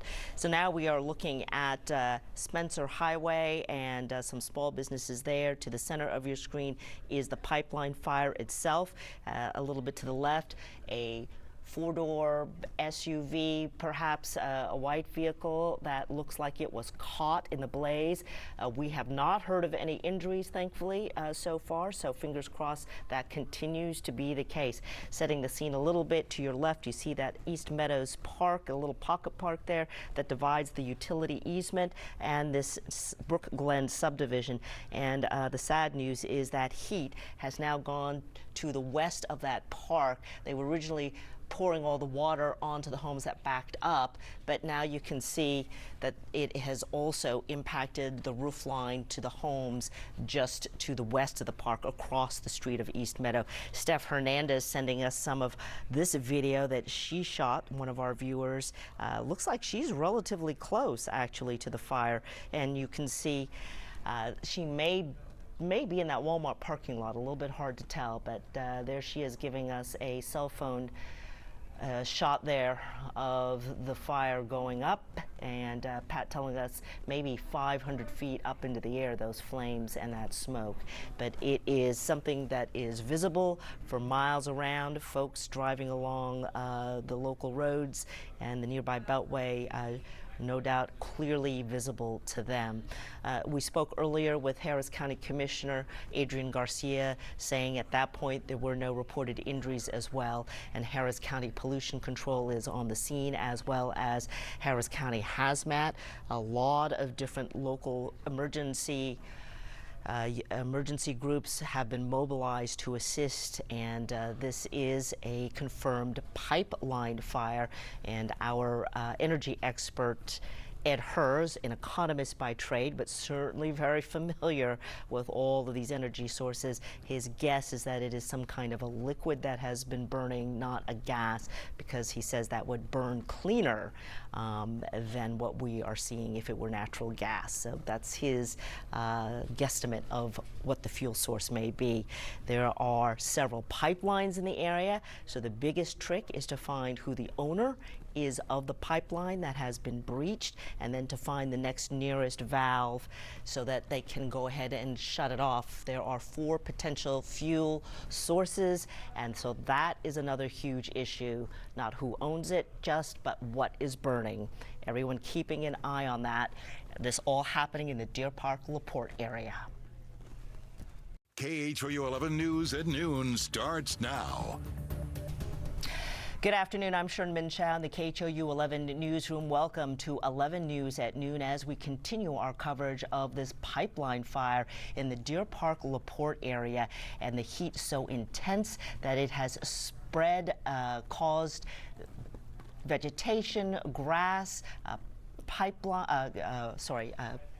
utility poles to catch on fire there, and to go south of the street of Spencer Highway right there, catching a lot of things on fire, smoldering. This is a pipeline fire. First responders arrived just before 10 o'clock. The street there, Spencer Highway, has been shut down for a couple blocks in both directions, and you can see the energy lines there, the utility lines burning. Whatever's in there is dripping now down onto the ground. That power pole, that utility pole, burning. Several others have been smoldering now for over an hour, contributing to the 4,000 customers in the area last reported without power. It has been a dramatic scene. The good news is there are no reported injuries at this time. There is a shelter in place for the nearby schools, as well as with San Jacinto Junior College there, the community college. And this is the Brook Glen subdivision to the bottom of your screen.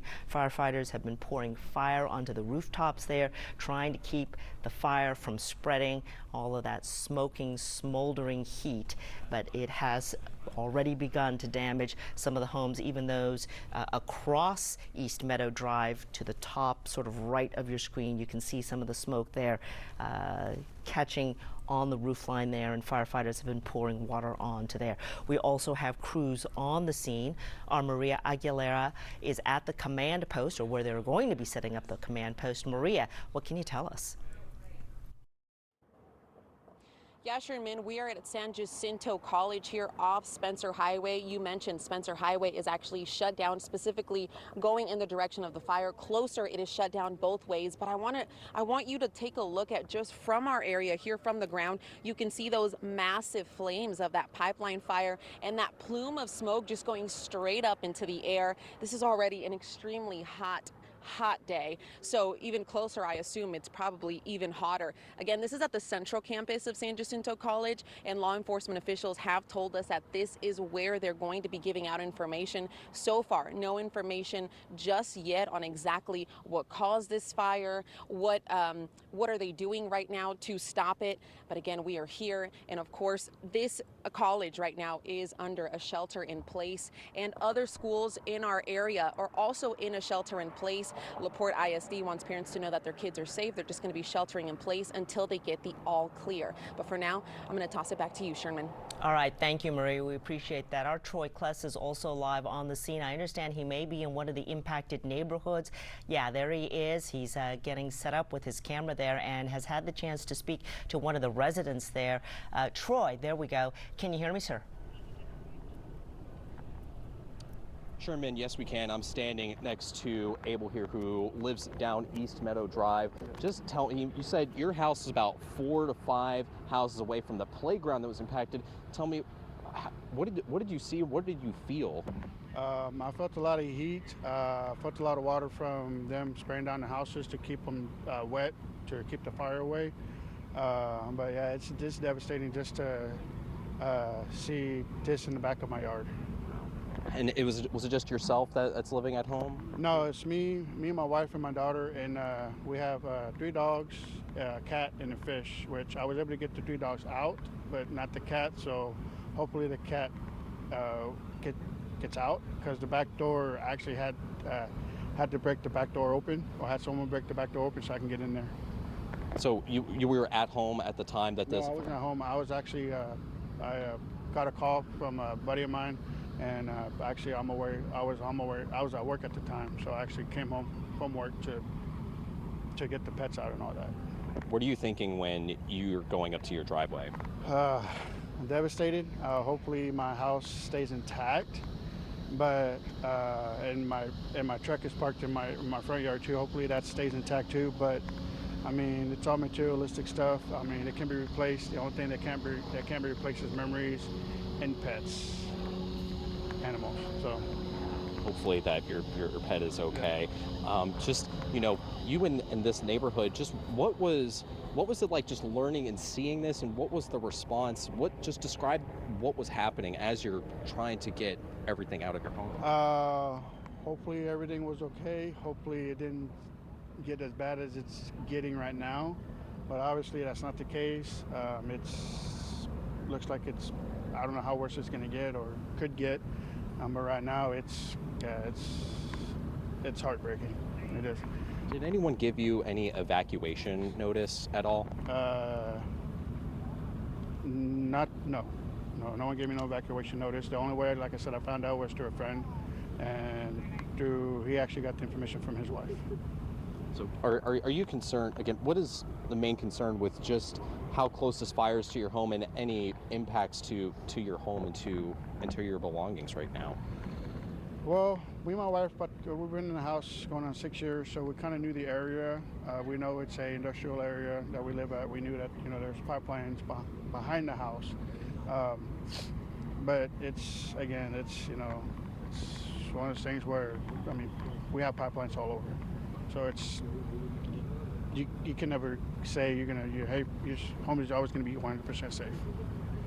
So yeah, it's, I don't know what else to say. What's your message to the people that own and operate this pipeline? I just hope, for one thing, I would like to know what was going on, what caused the fire, and hopefully how soon will this issue be remedied, and will there be any future notices of any work behind the houses in the future. So yeah. we're working to get those answers. Just you mentioned earlier you had to actually break into your home. Just why that was the case. For one, my wife and my daughter have the keys, the only keys to the house. I gave my key to my daughter so that she can get in, because the garage is electronic garage opening. So like if the power went out, that's why I gave her my key. That way she can get into the front door. But I didn't have the key to the back door. So yeah, that's when I had to actually ask one of the police officers to break it. So again, how long have you lived in this home? Bought the house back in 2018 and live in this 2024, so about 7 years. So when you're going and breaking into your own home, how close was the flames and what did you feel physically? I did feel the heat. The flames weren't that close yet, but I could see a little bit of char on my back fence. Like you said earlier, you're not you're concerned. You know, you're not sure what is going to be, what damage is going to be dealt to your home. Yeah, I do not know what damage, because like I said, where they had the fire, the ladder over pretty much spraying water over my house and plus several other houses with my neighbors. So what kind of damage I'm gonna have to the roof, what kind of damage, I mean, honestly, I don't know what kind of damage I'm gonna have after this is controlled, and I don't know what kind of damage I'm gonna have. You mentioned earlier, so you got out of your truck to go break into your home. Was it just, why were you not able to drive out? Or was it just a... Well, when I got here, they had already blocked the street off right here, as you can tell right there. They had already blocked it off, but I was able to ask the police if I was able to go in the house to make sure everyone, if there was anything else in there, came out okay. So. What about your neighbors as well, or how many additional homes are close to that fire? I do have 2 to 3 neighbors to the left of the house, and I have like 2 to 3 neighbors to the right of the house. As far as the fire getting down to those houses, I honestly couldn't tell you. At least to the ones to the right of where I live at. But hopefully everyone in the houses will be safe. But yeah, we just won't know until the whole fire gets contained and that line gets shut off. I know it's difficult just seeing the fire. I know it's difficult seeing the fire continuing to burn. What, if any, hope is, what any you have for this getting resolved? I just hope that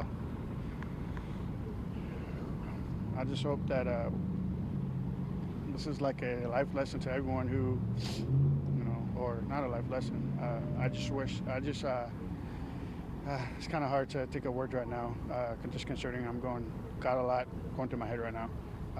But I just want everyone to be safe. The firefighters, I congratulate them on doing the hard work, as well as the police department and all that. I just want everyone to come out alive, come out safe. And like I said before, houses can be rebuilt, but lives can't. Abel, I just want to say thank you so much. I can't imagine how difficult this is for you to be witnessing that firsthand, but thank you for sharing that, and we hope that that your pets and that all your loved ones and friends are safe. Yeah, thank you. Thank you. Sherman, again, you can obviously hear just how difficult this is for people that live down this street. This is where, again, as you can see, they just put up the police tape, and you can see further down the way that there are fire trucks down. Again, here, this is off of East Meadow Drive, where obviously it's a very difficult situation. Many people watching first responders do their work. And again, obviously a very difficult situation. And that's what we're seeing right now. And as you just heard Abel mention that, he could feel the heat and saw that his back fence was charred, and again, concerned that, about the status of his home.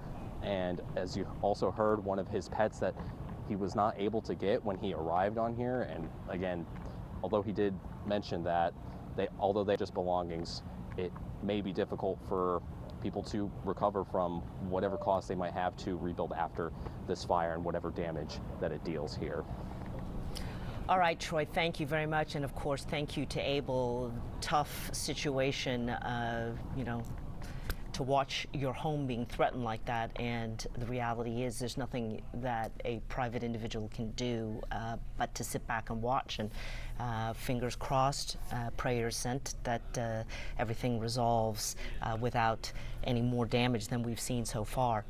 This note just in from the Railroad Commission, it says that pipeline safety inspectors are now en route to the incident command center for the LaPorte pipeline fire, and that they will provide updates with their investigation as they become available. We want to share now some of the evacuation information related to this pipeline fire.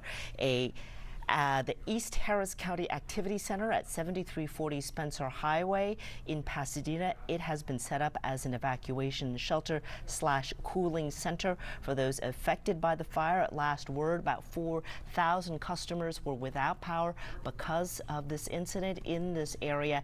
We know at last check that the highs today will be reaching in the upper 90s, so that always is a concern. We also are hearing that there is an assisted living center nearby, and there is look at evacuating the residents there, not because of concerns about the fire, but because of concerns about the heat. If they have no power, there's no air conditioning, in addition to which medical equipment and devices cannot be powered up. Our Pat Kavlin joining us now to talk about the fire, the weather conditions, and the air quality. Pat. I was going to say, I think the top thing on everyone's mind that lives even outside of this area is, okay, we've got this pipeline fire burning. What is this doing to our air that we're breathing?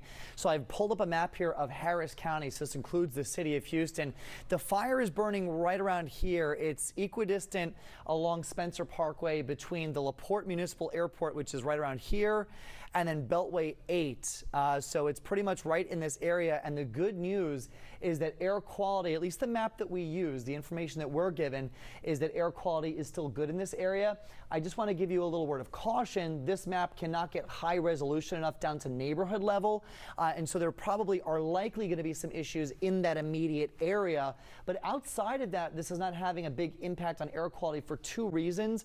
One is the fact that there is no inversion or cap on the atmosphere, which would keep all of this smoke close to the ground. And the other is there's not a lot of wind to blow the smoke into other neighborhoods. So it's really just contained to this area where the smoke is going straight up into the atmosphere. So air quality right now is in the green for this area. It's in the yellow for the rest of Harris County, but that's pretty typical for what we see here during the summer months, not just in Houston, but really across the U.S. in major metropolitan areas. There's a live look at winds. Notice the arrows going in all different directions. That's a sign that the winds are light and variable, generally between 5 and 10 miles per hour. So again, we're not really seeing that wind blow the smoke in many different directions. If we can take the camera shot from Air 11 full behind me, we'll just kind of give you an idea of what's going on. So again, there's the pipeline fire. Here's the subdivision that Troy Kless was just doing that interview, probably from, it looks like, around this block here. And you can see what's happened is the fire is so intense that the heat actually ignited the grass around this area, even across the street. So here's Spencer Parkway. Okay, so we just got word that Deer Park ISD not impacted. This is fluid situation, live TV. Any breaking updates that I get in my ear, I'm passing along to you. Getting back to what I was just saying, though, the grass in the area surrounding that ignited. Firefighters are working on putting that fire out so that it doesn't spread. This is the Walmart parking lot. So if you're familiar with Spencer Parkway in LaPorte, this is right where the Walmart is. And you can see fire crews are doing two things. They're working to put out this grass fire so it doesn't spread any further. And then if we get a wider shot in a minute, I'll show you there are 2 tower ladders that are dousing water on the homes in this subdivision right next to the fire. So again, here's Spencer Parkway. There's the fire, and you could see everything is charred out around it. Power poles, you can see, are smoking from the fire, impacting those earlier on.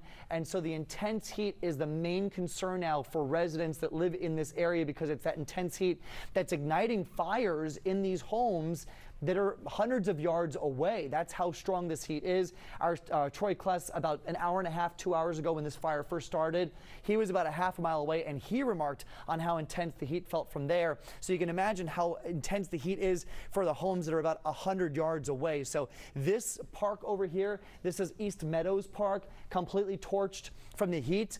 The playground equipment totally gone now because of it. And notice the fire. Again, you've got actual fire in the grass across the street from this, just from how intense that heat is. So fire crews out there right now trying to work on keeping this from spreading anymore. From a weather perspective, the winds are light, so we don't see that being a factor in spreading this fire. But the intense heat is really, and not the intense heat in terms of the actual air temperature, but the intense heat from this fire is making that effort very difficult for firefighters. They're putting water on the homes that are nearby, and they're also trying to stop this grass fire. But this is where the pipeline runs, right here underneath this grass. And right now we've got investigative reporter Jeremy Rogalski. He's got a bit of a more in-depth look at what the pipeline situation in this area looks like. Yeah, Pat, so we are about 2.5 hours since this fire broke out at 9:55 this morning. And one of the big takeaways is nearing 2.5 hours after, officials still do not, at least they're not officially saying, do not know what is burning here. Let's give you some perspective as to perhaps why they don't know. This is a map from the Texas Railroad Commission, commonly misidentified as someone who, a regulatory agency that is in charge of railroads. No, they're actually charged of overseeing pipelines in the state. So here's Spencer Highway to the south. Here's that Walmart that Pat was just referring to. Here is that Pocket Park that was on fire, the grassy area there. Now you see a bunch of green lines going from south to north. Every single one of these is a pipeline, and many of them have different products inside. In fact, we identified at least 11 companies that own pipelines here in this utility easement, this right-of-way off Spencer Highway near East Meadows Drive, heading from south to north. Those pipelines contain the following products, chemicals or commodities: natural gas, propylene, ethylene, petroleum, crude butadiene, feedstock, propane, methanol, natural gas, ethane, and dry gas. So you see this kind of spaghetti model of green lines, again, each one representing a different pipeline, many of them containing different petrochemical products inside. When I just got off the phone with the city of Deer Park, I said, folks, can you tell me what is burning and who owns the pipeline? They emphatically said no at this time. Obviously, it goes without saying, if you don't know what's burning, if you don't know who owns the pipeline, you're not able to find out where do we shut off the valves, as energy analyst Ed Hers was saying earlier, not being able to cut off that fuel source, the supply, to mitigate this. So it continues to burn as we approach 2.5 hours. But again, 11 companies at least owning pipelines in this area. Hard to see on this map, but all of them say highly volatile liquid, and again, at least 11 different products that could be burning inside. Hopefully we'll get official confirmation from emergency management offices in Deer Park to say, here's what's burning. We've been in contact with the company. They're working to identify where the shutoff valves are, and it's going to take this long. Right now, we don't know any of that. Sherman? All right, thanks, Jeremy. We did get word that the Railroad Commission is sending inspectors, and they're en route. So we will keep an ear to the ground on when they arrive and hope to get some information from them as well. A question a lot of folks have, and reasonably so, is what does the air quality look like because of this fire? Let's take a quick look at the Harris County Air Quality Dashboard. So sort of the bottom line on all of this is that we are in the green. So that is the good news. It looks to be, whatever it is, relatively speaking, clean burning and everything going straight up, so that's helpful. As Pat has told us throughout the boarding, there's no inversion right now, so that's good. Nothing trapping that smoke close to the ground. Our Maria Aguilera is just a few blocks away, where I believe they're going to be setting up a command station, if that's right. Oh, we see a fire truck just passing her by. Maria, any updates? Yeah, Sherman, we've actually seen about half a dozen fire trucks just pass by here, one from Houston, Clear Lake, a few others. And yeah, we're actually at San Jacinto College, where this is going to be a command post. Law enforcement officials are going to give us an update here. And take a look, just like you said, a few blocks away, and you can see that massive fire burning in the background. We're not even that close, and you can see it just going up in the air, the plume of smoke going straight up. And right now at this college, they are under a shelter in place right now. Students are asked to stay here, to not leave the area, just out of precaution. Other schools in the area, LaPorte ISD said several other schools, especially ones near that fire, are under a shelter in place as well. They said the kids are safe, and of course, evacuations underway, the ones even closer to that fire. Again, we're waiting on official word on exactly what caused this fire, what they're working on, what they're doing to stop it. And just a little while ago off camera, we spoke to a woman who was at work, and she actually got notified by officials that this was happening. And then officials went to go and saved her dog and rescued her dog from her home. She took her dog now and is trying to find a place to stay for now, visibly emotional after getting that news and reuniting with her dog from just leaving work as soon as she found out about this fire. Again, we are here, and we're going to stay here until we get the latest information on exactly what caused this fire. But for now, Sherman, I'm going to toss it back to you. All right, Maria, thanks. We are looking at an Air 11 shot to the right of the screen. We just saw a looks like a little vehicle that just made a very sharp U-turn. That may be a civilian who decided maybe he was going the wrong way. Our Troy Kless, we left him last at the Brook Glen subdivision. That's the one that borders that fire. I believe he has actually moved closer towards that pipeline fire and is joining us now. Troy, can you hear me? Sherman, thank you. Yeah, we are just on the opposite side of the fences from that nearby neighborhood, and this is our closest view that we've been able to get of the fire since we arrived here. So not only can you see the fire closer, but you can also just hear, just the amount, the fire just going up into the sky. And what we can see right now, again, we're on a clearing where this is where some of the pipelines can be accessed, and we just saw a little flash there, and it looks like a line might have just burst, possibly. We heard a loud pop, and then we could see, okay, there's the transmission lines that the bracket broke there. And we can see we're gonna probably go back into the neighborhood here. Maybe back up a little bit from that, But Troy. You don't want to get too close. Maybe one of those transmission lines sparking, combusting because of the heat, perhaps. So you can see that camera moving. The pop and a flash of light on one of the transmission lines here. Again, that just shows you, again, just how intense the fire is and the nearby impacts. We were talking earlier, we can see there's a line of first responders to come down, and then we can see they are still in the area trying to, again, deal with the fire.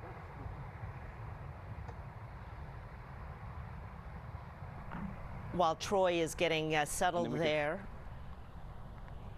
to the right of your screen, we have an Air 11 shot.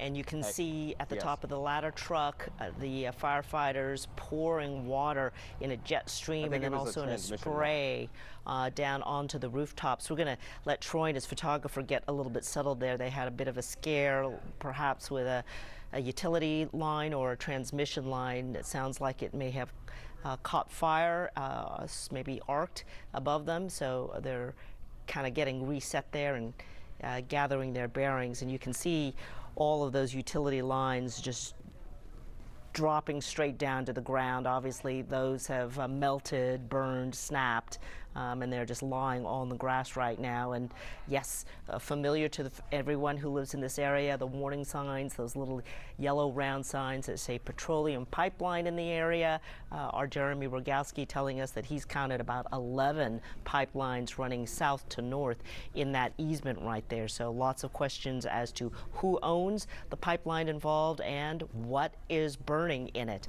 Our Pat Kavlin joining us now. Pat? Can you guys hear me? All right, there we go. So again, air quality, the big concern. Let's just reset what we're looking at here. There's the pipeline fire. There's a shot live from Air 11 on the right-hand side of the screen. You can see the flames going straight up into the air, and the smoke is also going straight up into the air. So we've been reiterating, if you've been watching, that this is probably the best case scenario weather-wise for a situation like this, because there's no cap on the atmosphere, which would keep this toxic smoke close to the ground. It's being allowed to go up and to disperse into the atmosphere. Obviously, we don't want this in the air at all, but we would rather it disperse than stay near our communities at the ground. So air quality is actually in the green for a good part of this area. This map isn't high resolution enough to get us onto a street level, so obviously this is a little different in the immediate area where this is happening. But for areas that are surrounding LaPorte, kind of concerned, hey, we've got a gas pipeline fire, what's going on? Air quality is not being affected. I know that you're seeing a lot of yellow on this map, but that's very normal for a major metropolitan area to have that during the summer months. You know, you've got moderate levels of air quality. If we can take the chopper shot full behind me, you're really getting a good perspective of what's happening here. We've got tower ladders here on the far right-hand side of the screen dousing these homes, not because they're on fire, but because the heat from this is so intense that it is causing some of these structures to smoke, and it is causing sheds and the siding to melt. And so what the fire department is doing is they're trying to douse these homes in water to prevent any further damage. And you can see a zoomed in view. This is from the Walmart parking lot now on the opposite side of that subdivision here. Fire crews are kind of staging over here. Our Troy cluster is somewhere in this area. And you can see there are transmission lines that are running here. So a lot of folks without power, and this is the reason why you've got this fire that's impacting these transmission lines. And so obviously knocking power out to a good part of the area. On the other side of the street, so here's Spencer Parkway, you can see charred ground. And how is that possible? Again, because the heat is so intense that it has actually caused, look at this, the power poles over here to smolder from the intense heat. And you can see where the power poles have already caught on fire. That's why these are smoldering. But it's homes like this here that are about 50 yards away from this jet of fire coming out of the ground that the fire department is out there trying to save right now. So here's one tower ladder. There's another.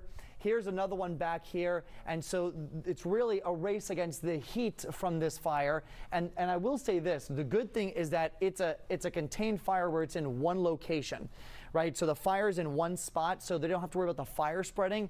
But look at this, fire crews all the way across the street are dousing this modular home in water. And look at how far it is from the fire. Not only is it across the street, you're probably talking about 300 yards away, and that's how intense this heat is, that it's starting to impact structures that far away. So wide shot, you can see the smoke going all the way up into the air here, and that is a result, again, of no wind. So there's the one good silver lining on that, Sherman, but still, we haven't seen any change in the size of this fire in the last 2.5 hours.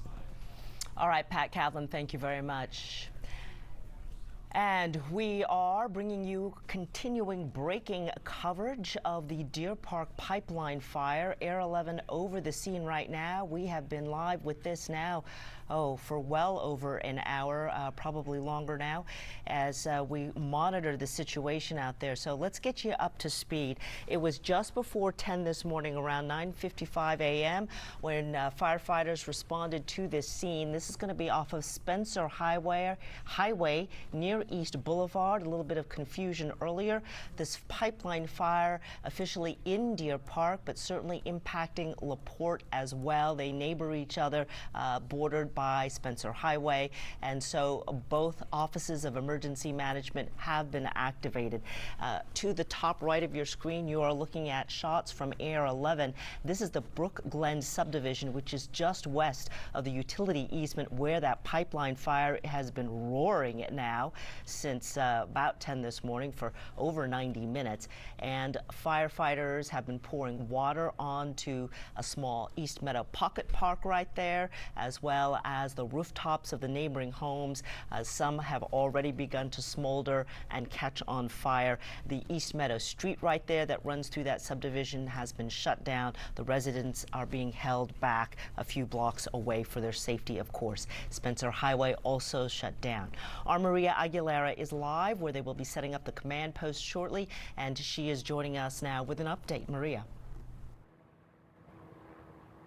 Hi, Sherman. Yeah, I'm at San Jacinto Community College, the central campus, and we're actually told now that that media staging area has moved to another location. We do have a crew going there now to get that information and get the latest, but here they are under a shelter in place. However, we've seen a lot of cars leaving the parking lot, students leaving, not heeding that warning. And here, just blocks away, you can see that massive fire still burning, that pipeline fire. You can see those flames and that plume of smoke going straight up in the air. Those shelter in place orders are for the safety of people because obviously, although we're not right up on the fire, this is still pretty close and it could be dangerous. LaPorte ISD says that several of their schools are under shelter in place as well. They said that the kids are safe. There's no fire at those schools or here at San Jacinto College. But again, that's just out of a precaution. Now we are again seeing a lot of people leave the parking lot here at this campus, and they're going into Spencer Highway, which is the direction opposite from the fire because the other direction is currently blocked off, so they're not really allowing anybody to go there. A little earlier we spoke to a woman who said that officials went and rescued her dog because she couldn't get back into her neighborhood because there are evacuations in order right now as well in neighborhoods closest to the fire. She was visibly emotional. We spoke to her off camera. She was just too emotional to speak on camera, but she did say that she was just thankful that she got her pet, and now she's just trying to find a place to go. Now the latest that we're going to get is information from law enforcement officials, which we believe is going to be from Deer Park Police. Again, we do have a crew headed that way now, and we will provide the latest information as soon as we get that, Sherman. Thank you very much. To our viewers there, if you will look to the top right of your screen, there has been some new developments in the firefighting aspects here. So Spencer Highway is the main street that is running across your screen at a diagonal there. And on the south side, across the street from the fire to the left, oh, we just zoomed past it, but there's a fire truck that's pouring water onto some structures now on the south side of Spencer Highway. Previously, they had been concentrating their efforts on the north side of Spencer Highway and to some of the grass here. Also, they're trying to obviously contain the heat, reduce the heat to the rooftops and the structures there. But now they're obviously worried about some structures on the south side of Spencer Highway as well. So that would be a new development in firefighter tactics and approaches. A little bit concerned. There you go. You see it's popping up now to the left-hand side on some of what may be mobile home structures there. All right, our Troy Kless is joining us again. He had moved a little bit earlier. You had a bit of a run-in with one of those power lines. You guys okay out there, Troy? Yes, Sherman, we are okay and safe, and we are back here on East Meadow Drive, which again, this is where we can still see the fire and first responders on the ground trying to put water on the nearby homes that are in this area. I was just speaking with a woman off camera not too long ago, and she said that neighbors could hear a sound of an explosion, and soon after you could imagine that people responding as quickly as possible. You know, we did mention that one person had to go in and get their pets. Another woman I spoke to said that she also had to break into her own home to get her dogs out. She said that the dogs were okay, but that the heat from this fire so close by might have impacted them a little bit. And one thing that she mentioned is that she had a grill with a grill cover on the back porch, and she said that the grill cover had completely melted to the grill. So that just gives you some idea of just how intense the heat can be so close by. Remember, we spoke to a man named Abel earlier who said that his back fence was charred from the flames, and again, this is just what we're continuing to see, just a massive effort. And I do want to share that, you know, when we were out in the field earlier along where those power lines were, we could see first responders all around, from over to the nearby Walmart to all the way over to this side. Again, we are again on East Meadow Drive, and we're looking south, from north to south of where this fire has been continuing to burn for, you know, again, going on more than maybe several hours at least. And you can see, obviously, a lot of people are sitting back and just waiting with some concern about how their homes are going to be impacted. We can see several ladder trucks, again, continuing to douse the nearby homes with water. And we can see just how intense some of that heat can be as well. So again, some people are still concerned and say that, never seen something like this happen in their neighborhood, although they know that they live near an area with pipelines. Again, this is just something that some people probably just didn't imagine. And right now we are just seeing just a large scale response to this fire that is continuing to burn. And this is what we're continuing to see. And Pat Calvin, we talked earlier when we first talked to you a few hours ago, we could see that the flames were really high, and then now they have actually gradually gone down. But as you see, the fire is still continuing to burn at this point, I think. And we've seen just throughout the morning, just that large plume of smoke just going straight up into the sky. Yeah, Troy, it looks like, we were optimistic. We thought that those flames were starting to come down maybe a little bit. That's just not the case. So this is so heartbreaking to see right now. It does look like one of the homes here has caught fire. So this is East Meadows Park, right? So the jet of fire that's coming out of the sky is back over in this direction. And it's just the heat from that has started to cause some issues with this home here. So they are trying their very hardest to contain this fire. The last thing that you want is look at how close these homes are together. The last thing you want is for one of these homes to catch fire and then start spreading to other homes. So they are working frantically to preserve the homes that are so close to this jet of fire that has just not, stopped at all. We're now going on about 2.5 hours where this fire has gone totally unobstructed. This is East Meadows Avenue here. So this is the street that Troy was on. He's way down, and just look at what's going on here. So there's the park, and they're dousing that water on that home. They are trying their best to preserve some of these structures here. It's really a remarkable job that they're doing here. It's all they can do as well, because they cannot put out the fire at that high pressure gas pipe where we have that leak coming from. So what they are doing is they are doing their best to protect everything that's around there. But look at the smoke coming from the roof here. That is just a product of the heat that's heating up the roof and heating up the structures. You can see the smoke coming from the front of this house. And so they're really trying to protect what's burning there. If we could do a split screen now, I don't know if that's possible, or at least go to weather graphics. We'll just talk about what's going on here. The wind in this area, the good news, is very light. Okay, so any of the smoke and the toxic fumes that are associated with this gas line break is going straight up into the sky. If we go back to the full screen with the camera, I'll show you what's happening here. And you can see the smoke is just going straight up, right? So just look at the scale of this. So you've got the charred ground here on one side of Spencer Highway, the charred ground going even farther on the other side. That is just from the intense heat catching the grass on fire, which unfortunately is starting to spread to some of these homes. But in terms of smoke, in terms of fumes, in terms of anything that's toxic for the neighborhood, all of it is going straight up. If we had an inversion or a cap in the atmosphere, that would be keeping all of that close to the ground, and we just don't see that happening here, which again, best case scenario for a situation like this, but still heartbreaking to see the homes in this subdivision that are right up against this gas pipe being affected. And even out here, look at how far this is. You're talking 300 yards roughly away from the fire, and they're having to put water onto these structures, these modular homes, because that's how intense the heat is over there. Let's switch back over to weather graphics full screen if we can for a minute. And I just want to talk about what this looks like. Again, wind is not an issue. And as we go over to satellite, typically with these big fires, you can see it on satellite. So here's Pasadena, there's LaPorte, here's Spencer Highway. So the fire is right about there.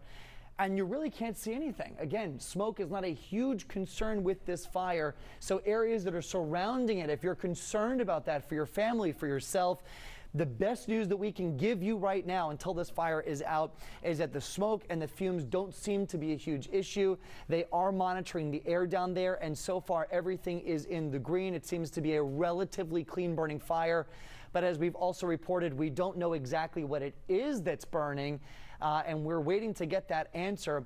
They're still waiting to get we're still waiting to get an answer on exactly who owns this pipe. So obviously a lot of unanswered questions right now, but the priority is protecting the homes in this area, protecting the businesses in this area, and shutting off the fuel source to this fire, because until they do that, it is going to keep burning. We've got 2 reporters out there right now. We just spoke to Troy Kless. Right now we're going to go over to Maria Aguilera. She also has a live interview with someone down there right now. Maria, what's going on?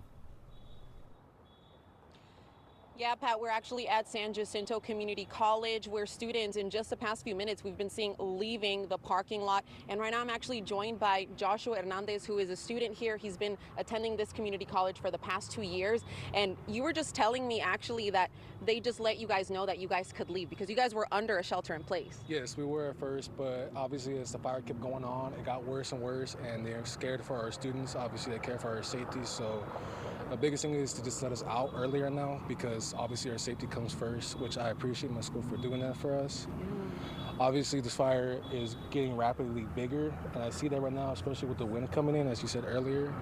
So it's not a good thing for the situation to be happening for us. Hopefully everybody's okay. Yeah. What were your thoughts whenever you first found out that there was a fire, how close it is, and when you actually saw the flames, because it's massive? Yeah, at first I was in my my accounting class, obviously, and first I thought it was like a house on fire, maybe something small, but as we saw, it kept getting bigger and bigger. I didn't know about it because my first class was in philosophy, so we couldn't see the fire from there.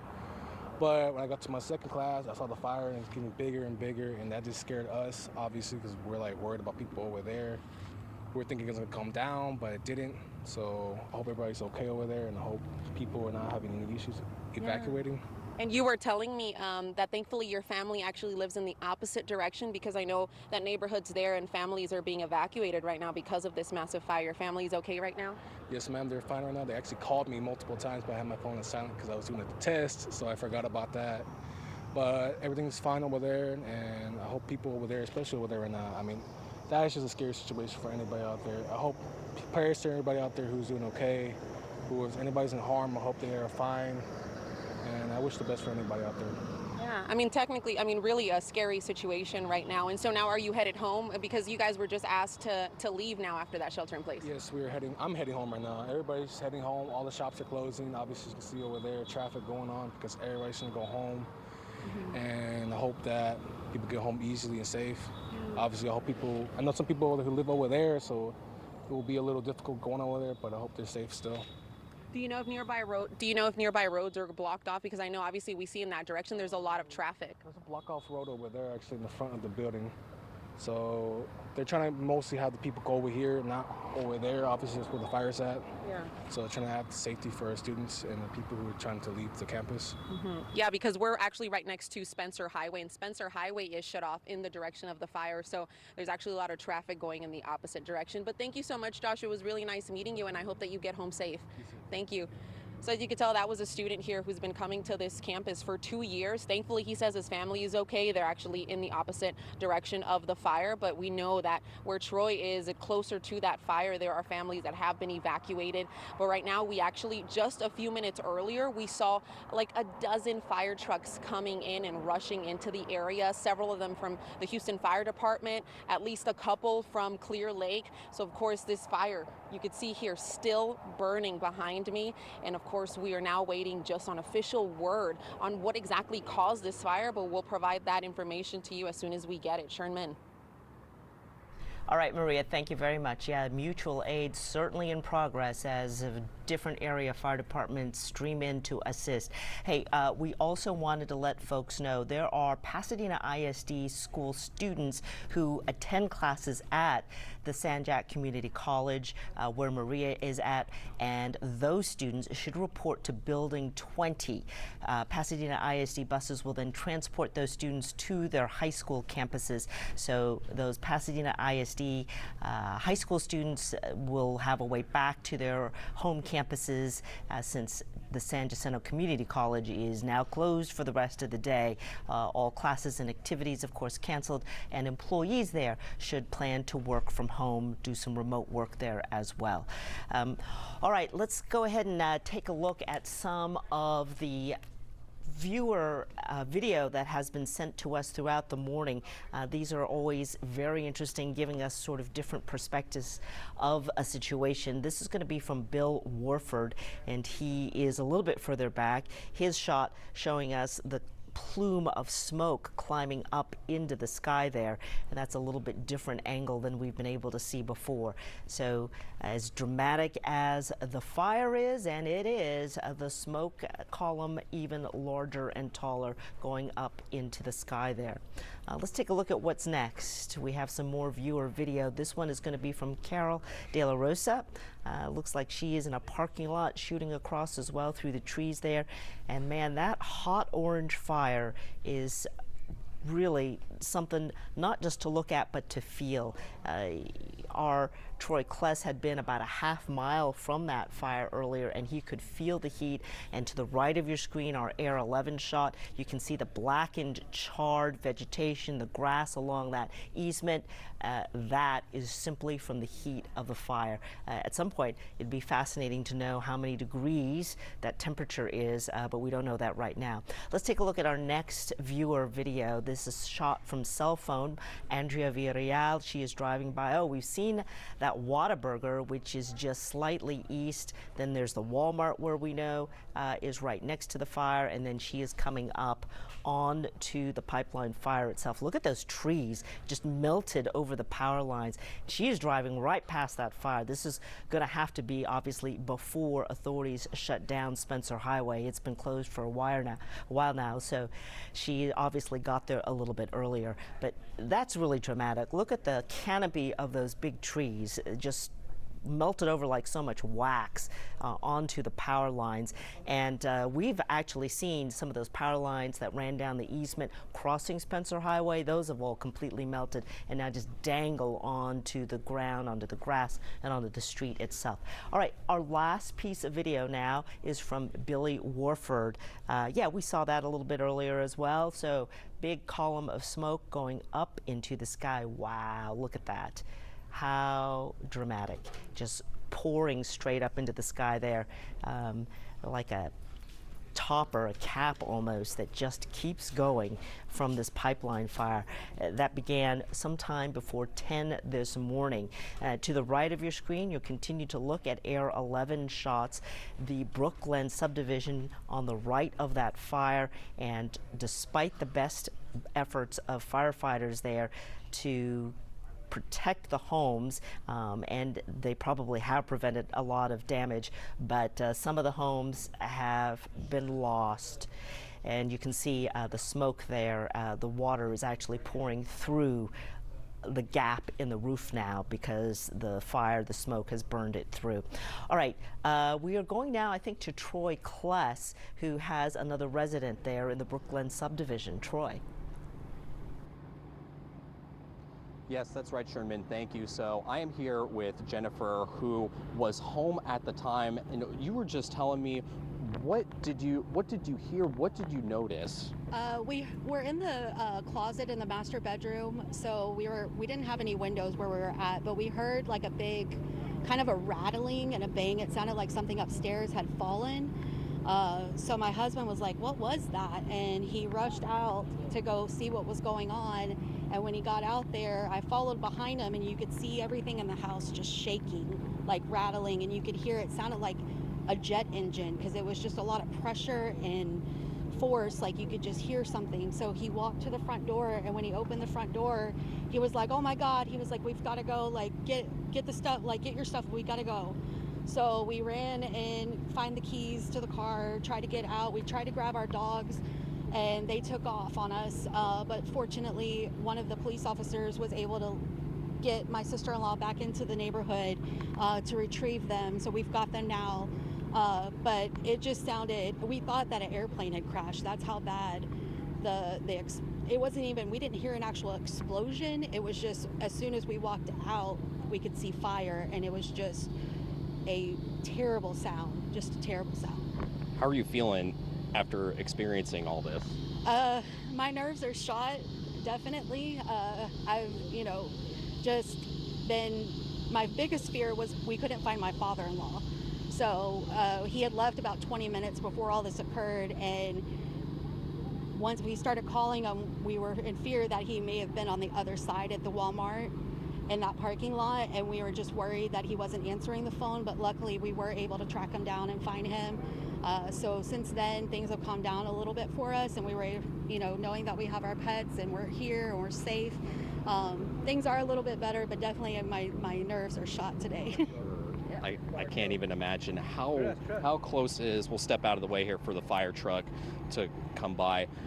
How close is your home to the fire? So we're about 60 yards from the fire. There's a park across the street from us, and that park is, directly behind where the explosion happened. And it was already on fire when we were trying to leave the house. And then right now, from what they've told us, the fire has jumped and it is burning, or something is smoking on the other side of the street, about 2 doors down from where our house is at. So we're not sure exactly how close it is to our house, but definitely about 60 yards from where the explosion happened. You able to get all of your loved ones, your pets out of your home safe? How concerned are you for your home right now? Homes, they can be replaced. The things, there are some sentimental things in there from my nephew that passed away a few years ago. And definitely that's not something that we want to lose. But just knowing that we're all safe and that our pets are safe, that's the biggest relief. Material things can be replaced, but lives cannot,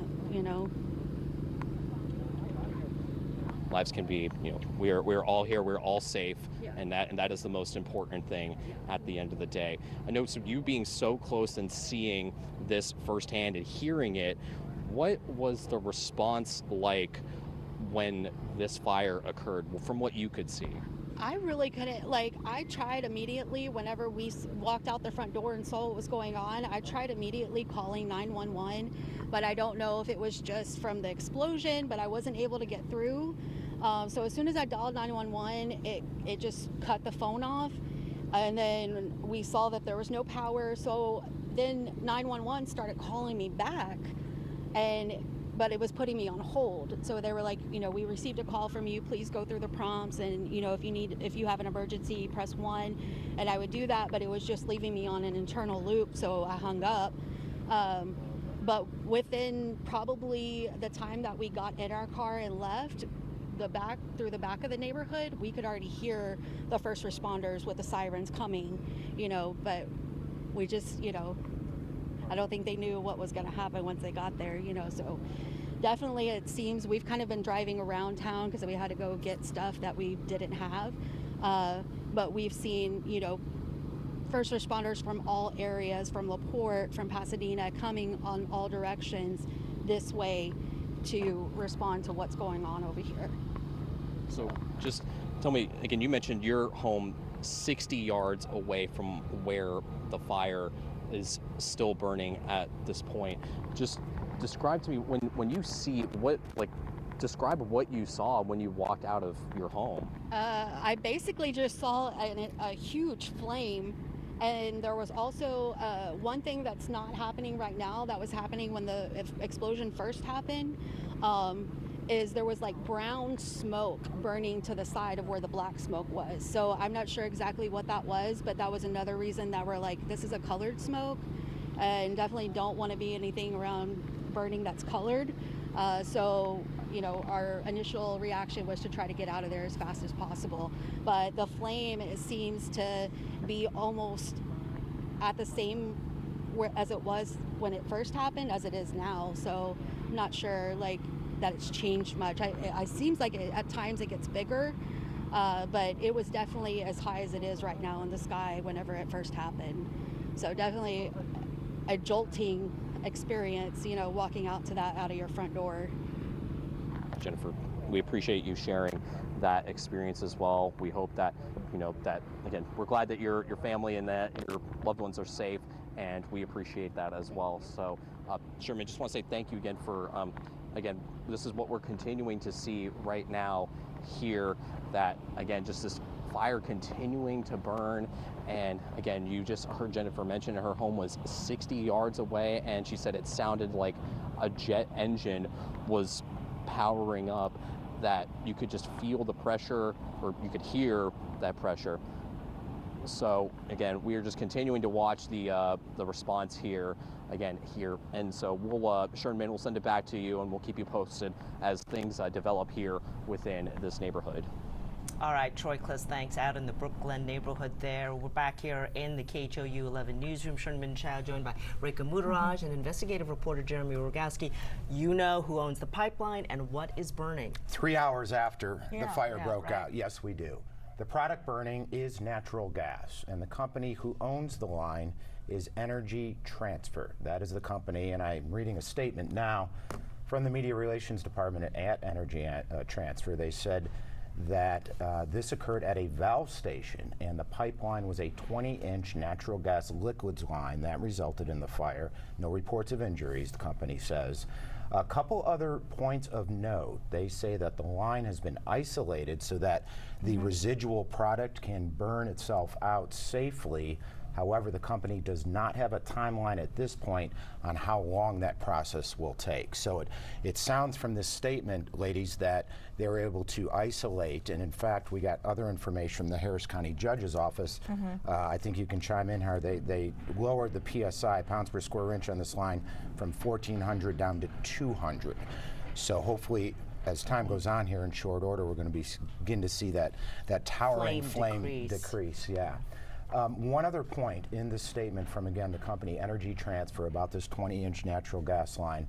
The company says, quote, "We are aware of early reports indicating that an unknown passenger car entered our right-of-way and struck the valve location."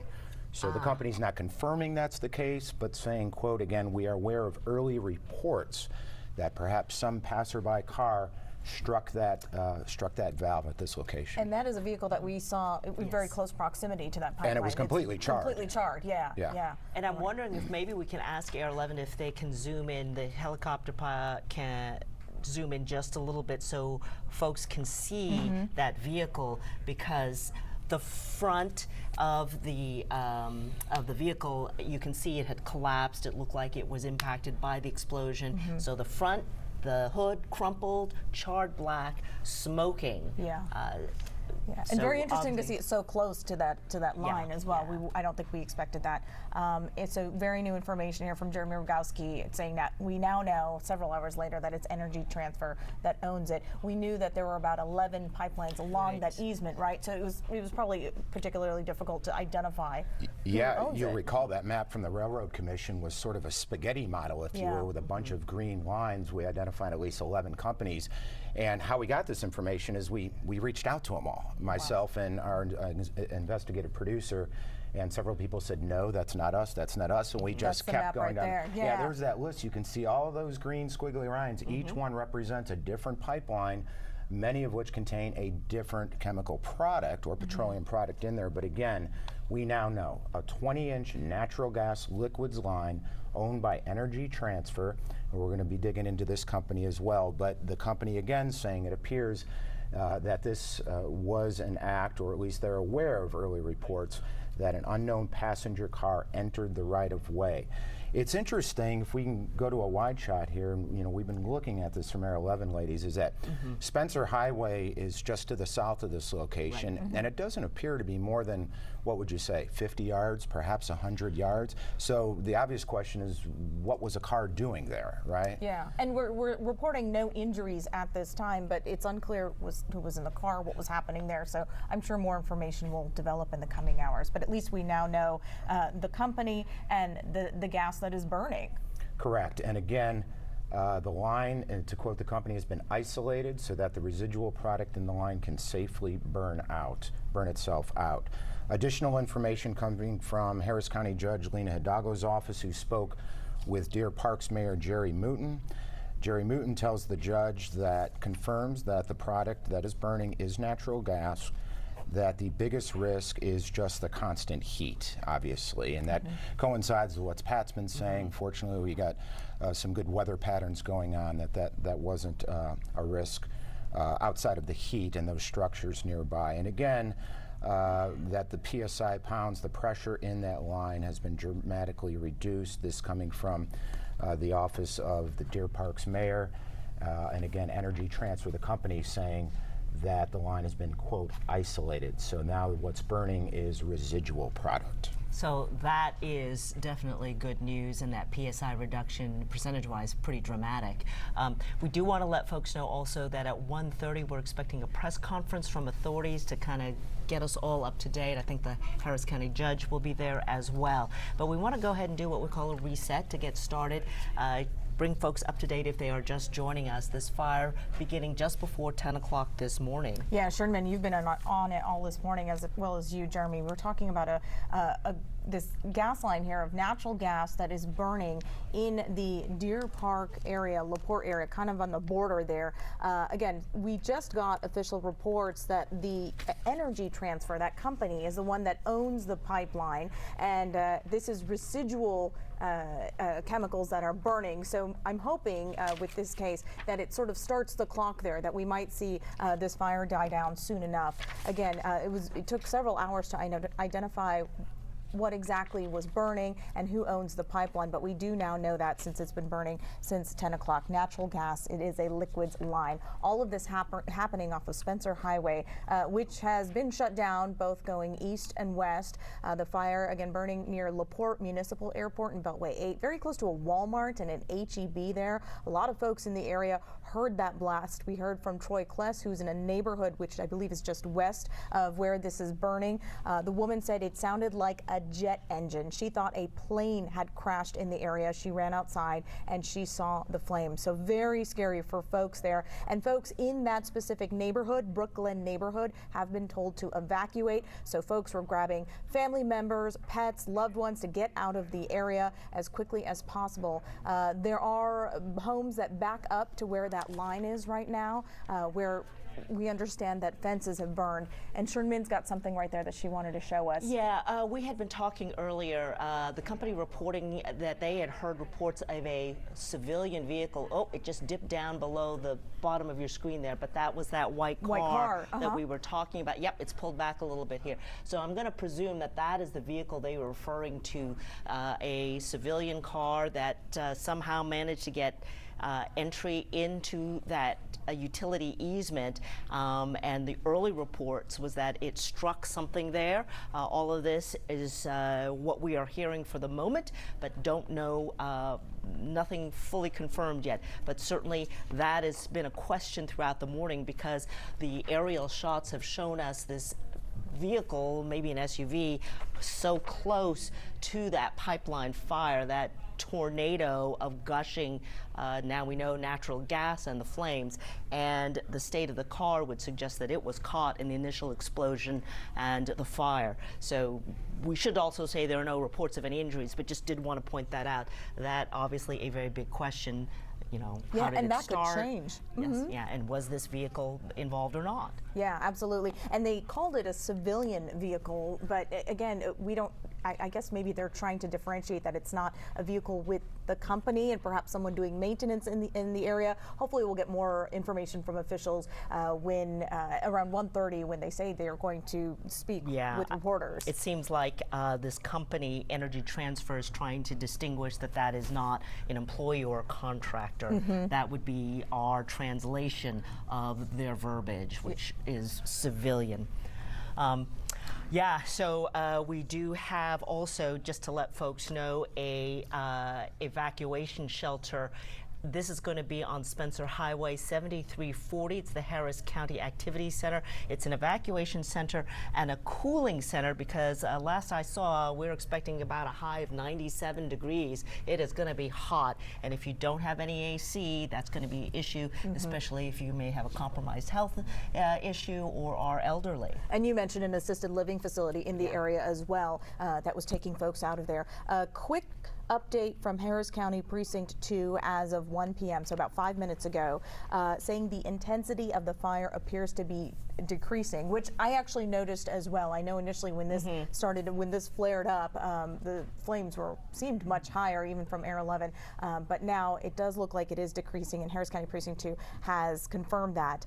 Precinct 2 is also transporting 15 residents from that senior living facility that we just mentioned, and also the East Harris County Activity Center is actually open to anyone who needs to shelter away from this emergency. We know that the college there was sheltering in place, although Maria Aguilera, our reporter on the ground, was reporting that folks were just getting in their car and trying to get out. Difficult situation when you consider that Spencer Highway was closed going both ways. But speaking of which, let's go to Maria. She is on the ground right now. She's been talking to students all morning about this, who I'm sure were very worried when they saw those flames. Maria.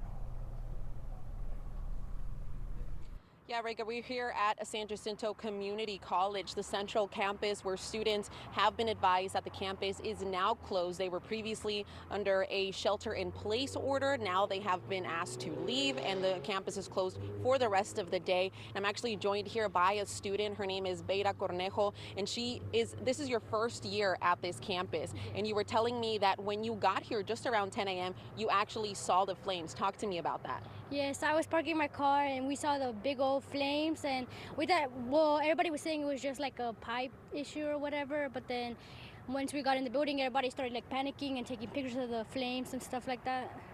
And what were you thinking whenever you saw it? Did you think it was a lot less than it actually turned out to be? I thought it was a lot less because I thought it was just like the apartment buildings, and I didn't think it was going to be that bad, but once we started getting updates from the school, they said that we were on lockdown and it was more dangerous than what we thought it was. And you said that the lights were actually flickering and that some buildings actually turned off the power, because we had been hearing reports of power outages, a lot of them actually in the area closest to the fire. Yes, getting into my first class, that's when the lights turned off.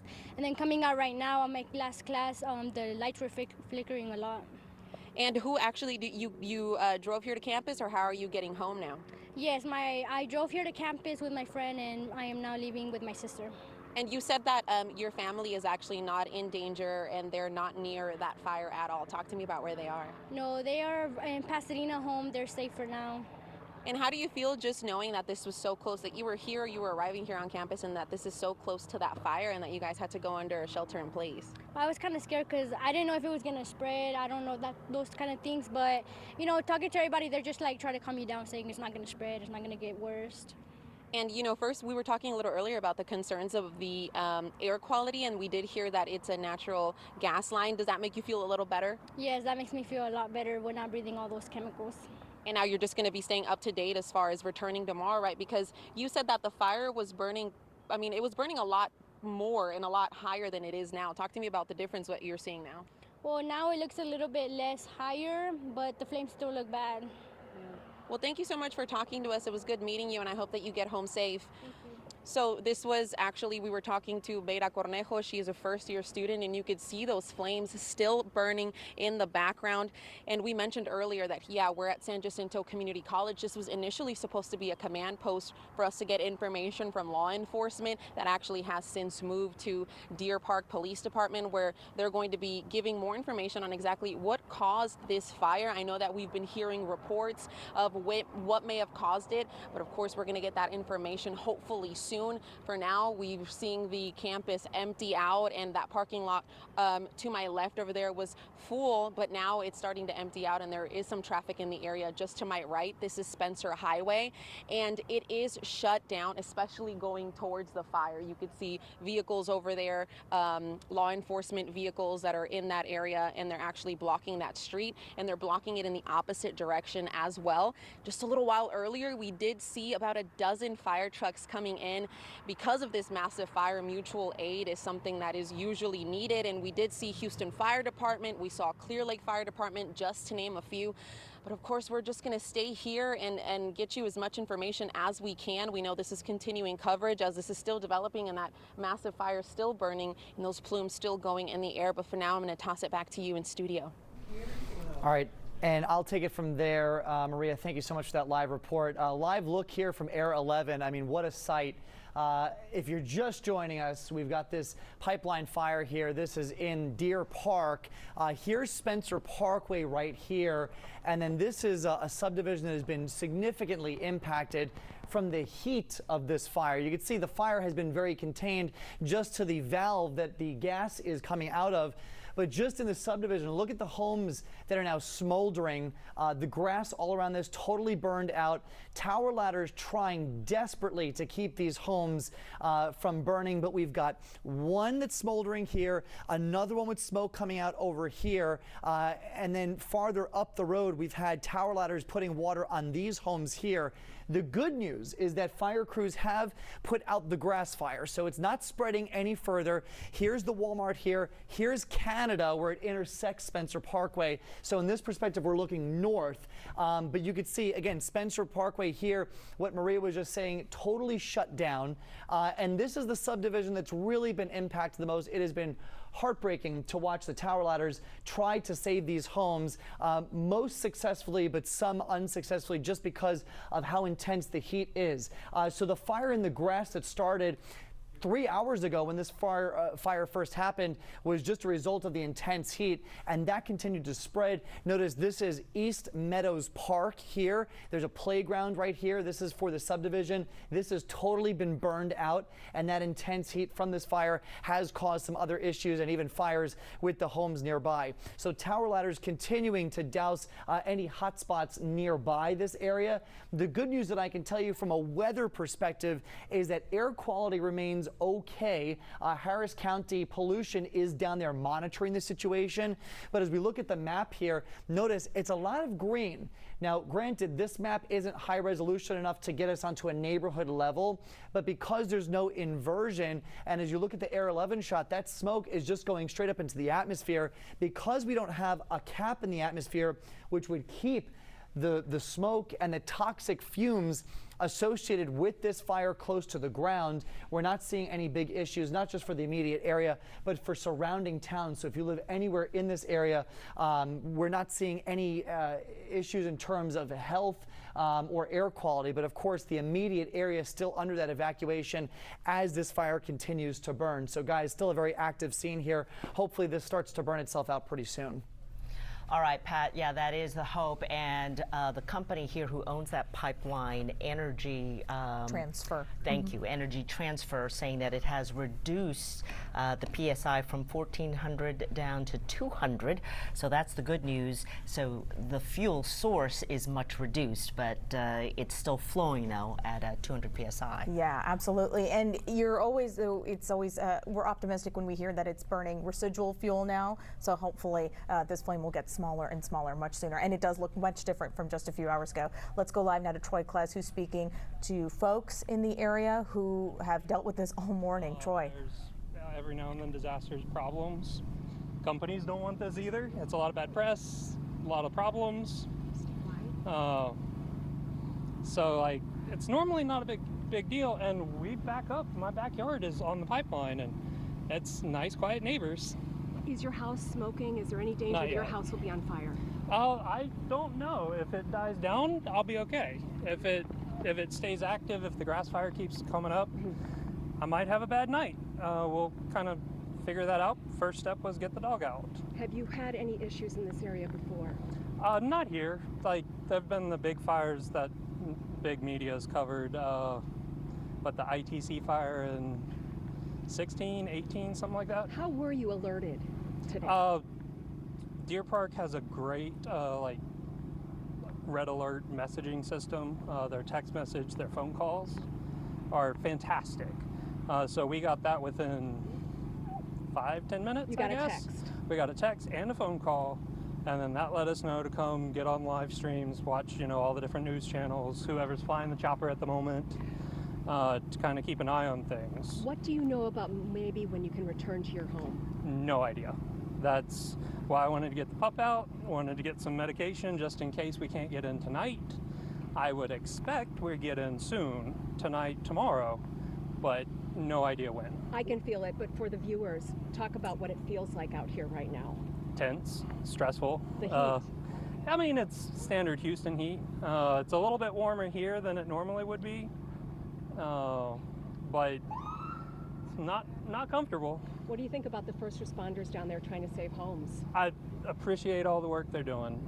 They're definitely doing hard work. It's not a fun job to go be that close to a whole bunch of dangerous stuff. That's a hard job. Have you talked to any of your neighbors? I've texted a few. Some of them, they were, kind of forced out earlier, so trying to get updates to figure out, make sure the dog was okay. Do you have some place to go if you cannot return home tonight? We got some family over in Pearland, so worst case we go over to their house, and that'll work out. How concerned are you that your house will be in some way damaged? Less than some of my neighbors who are closer. Since I'm only about halfway up, it's a little bit less risky for me. But it's not great. Can you talk about what's going on down further up the fairway? All right. Okay. Sorry about that. So we just heard from a resident who just got left back to get their dog from their home, and you could just hear, he sounded pretty calm given the situation here. So, but I do again just want to bring you, because we've been hearing from so many neighbors here in this community, and I'm speaking with Chandra, who again, you told me that you live close by, just again. Yes, a few houses away from the park, about 7 houses away from the park. Okay, and just describe, so you were home at the time, just tell us what happened. I was home, doing last minute cleaning and stuff before I go to work, and my husband called me, and we were talking on the phone, and I told him I heard a loud noise in the back of the house, and then I was like, maybe there's some truck or something there, because they usually do some sort of work in the back. And he said, that's not good, you should go look and see what's going on. And I went out there and I looked, and when I saw the fire, I got so scared. I had never been panicked like that before. And then I start screaming, and I run to the front door, and I run out to the street, and then I just saw everybody else, all the neighbors, and everybody's on the street running, and they're saying like, everybody's saying evacuate. There's a very intense moment. One thing that we've noticed being out here is some people could literally feel the heat. Can you describe what that felt like? Oh, it was very hot. Like I felt like, I don't know, it's like a big ball of fire, like coming close to you, like you're standing like in front of an oven, or like a big oven or something. Like that's how hot it was. Like you feel the heat coming. So you were home at the time, but you and the rest of your loved ones are okay. What about your neighbors in the area? When I came out on the street, I saw everybody else was coming out, and then there's the one lady next to me. She's an elderly lady, so I was like trying to call my son because he just left and tell him don't come home. There's the fire happening by the house. And then another neighbor said she gonna go check on that lady next to me to see if she's okay, because I think she lived there by herself. But I'm just praying that everybody, is okay and all the houses is fine. How concerned are you for your home being that close? I'm very scared. Like I'm very concerned and scared, not only for mine but for everybody else that's in the neighborhood. Living here a long time, we were just talking to a man who says, you live in this area, so you understand that there are pipelines back there, and you live on the side of the street that's closest to the pipeline. Yes, I do. I do live there. So how concerned are you just, with this happening, do you always have that level of concern that something like this could happen? I never really thought about it. I never pay attention to because we moved here about 10 years now, and we used to live in New Jersey, so I don't know anything about, those kind of things in the back there. And it never really crossed my mind, so now I'm second guessing it. So. How concerned are you? What message, if any, do you have to the people that operate that pipeline? I don't know. I don't know what to say at this time. I don't know. I just feel very scared right now. I don't know.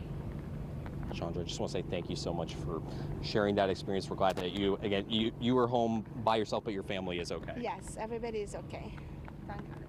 Thank God. Thank God. Yes, absolutely. Thank you, Chandra. We appreciate it. And that's just, just a piece of how these residents are feeling right now. Again, watching and waiting to see what impact this fire could have to their homes. So we'll send it back to you guys here and leave you again with this image here of the fire continuing to burn right now. All right, Troy, thank you very much. And, you know, we remain so impressed by how calm and collected and really positive the residents there are at Glenbrook because, you know, when your home is threatened, that is devastating. A couple of quick updates here. This from the Deer Park Office of Emergency Management. They say that it is a chemical Y-grade NGL, liquid natural gas, which is burning, as Jeremy had identified for us, and that there are evacuations and shelters in place for areas including the HEB, the Walmart, those are on Spencer Highway, Heritage Elementary, College Park Elementary, James H. Baker, and San Jacinto College. And a temporary reunification site has been established at the Jimmy Burke Activity Center on 13th Street for evacuees, as well as the Faith Bridge Church on Center Street in Deer Park. That is where folks can reunite with others, and then there'll be a press conference at about 1:30. Yeah, and the other spot, and I'm sorry if you mentioned it, but the East Harris County Activity Center at 7340 Spencer Highway in Pasadena, also open to folks who have had to evacuate. An update on the power. A couple hours ago, reporting that 4,000 people were without power. We just checked. Now it's about 1,000 people who are without power in the area. But despite that, they're still evacuating. Precinct 2 says it's transporting 15 seniors, 4 of whom are wheelchair bound, to another facility. Of course, the lack of power for folks living in an assisted living center is a problem. No AC, no way to power medical devices, so very important to get them out of there as well. But we do know that that fire those flames have definitely come down quite a lot in the last even just 15-20 minutes as we've been watching. Jeremy Rogalski with us again. Tell us and recap kind of the new information that you've learned in the last hour. So the company that owns this line is a company by the name of Energy Transfer, and they confirmed this was a 20-inch liquid natural gas line that caught fire at a valve station just to the north of Spencer Highway there. The company says the line has been isolated so that, as we're seeing now, only the residual product in that line can safely burn itself out. So as time goes on, we should see that tall, towering flame diminish as we speak. Check out that house there. Wow, look at that house. Those are new photos, new images coming from Air 11. Live pictures, and you can see the water streaming across those rooftops, which they've been doing all morning to try to keep those rooftops cool and to protect them. But the heat itself is so powerful that it is combusting these roofs across the street. There's a good perspective shot. You have just off to the east the valve and the fire. There's the edge of that East Meadows Park. It's a little pocket park you've been talking about all this morning. And then I think it's called the Brooklyn neighborhood, that row of homes in that small subdivision. And it really does speak to the intense heat. You're talking a couple hundred yards away, and that roof caught fire. Getting back to the company, Energy Transfer, they say they have no timeline at this point.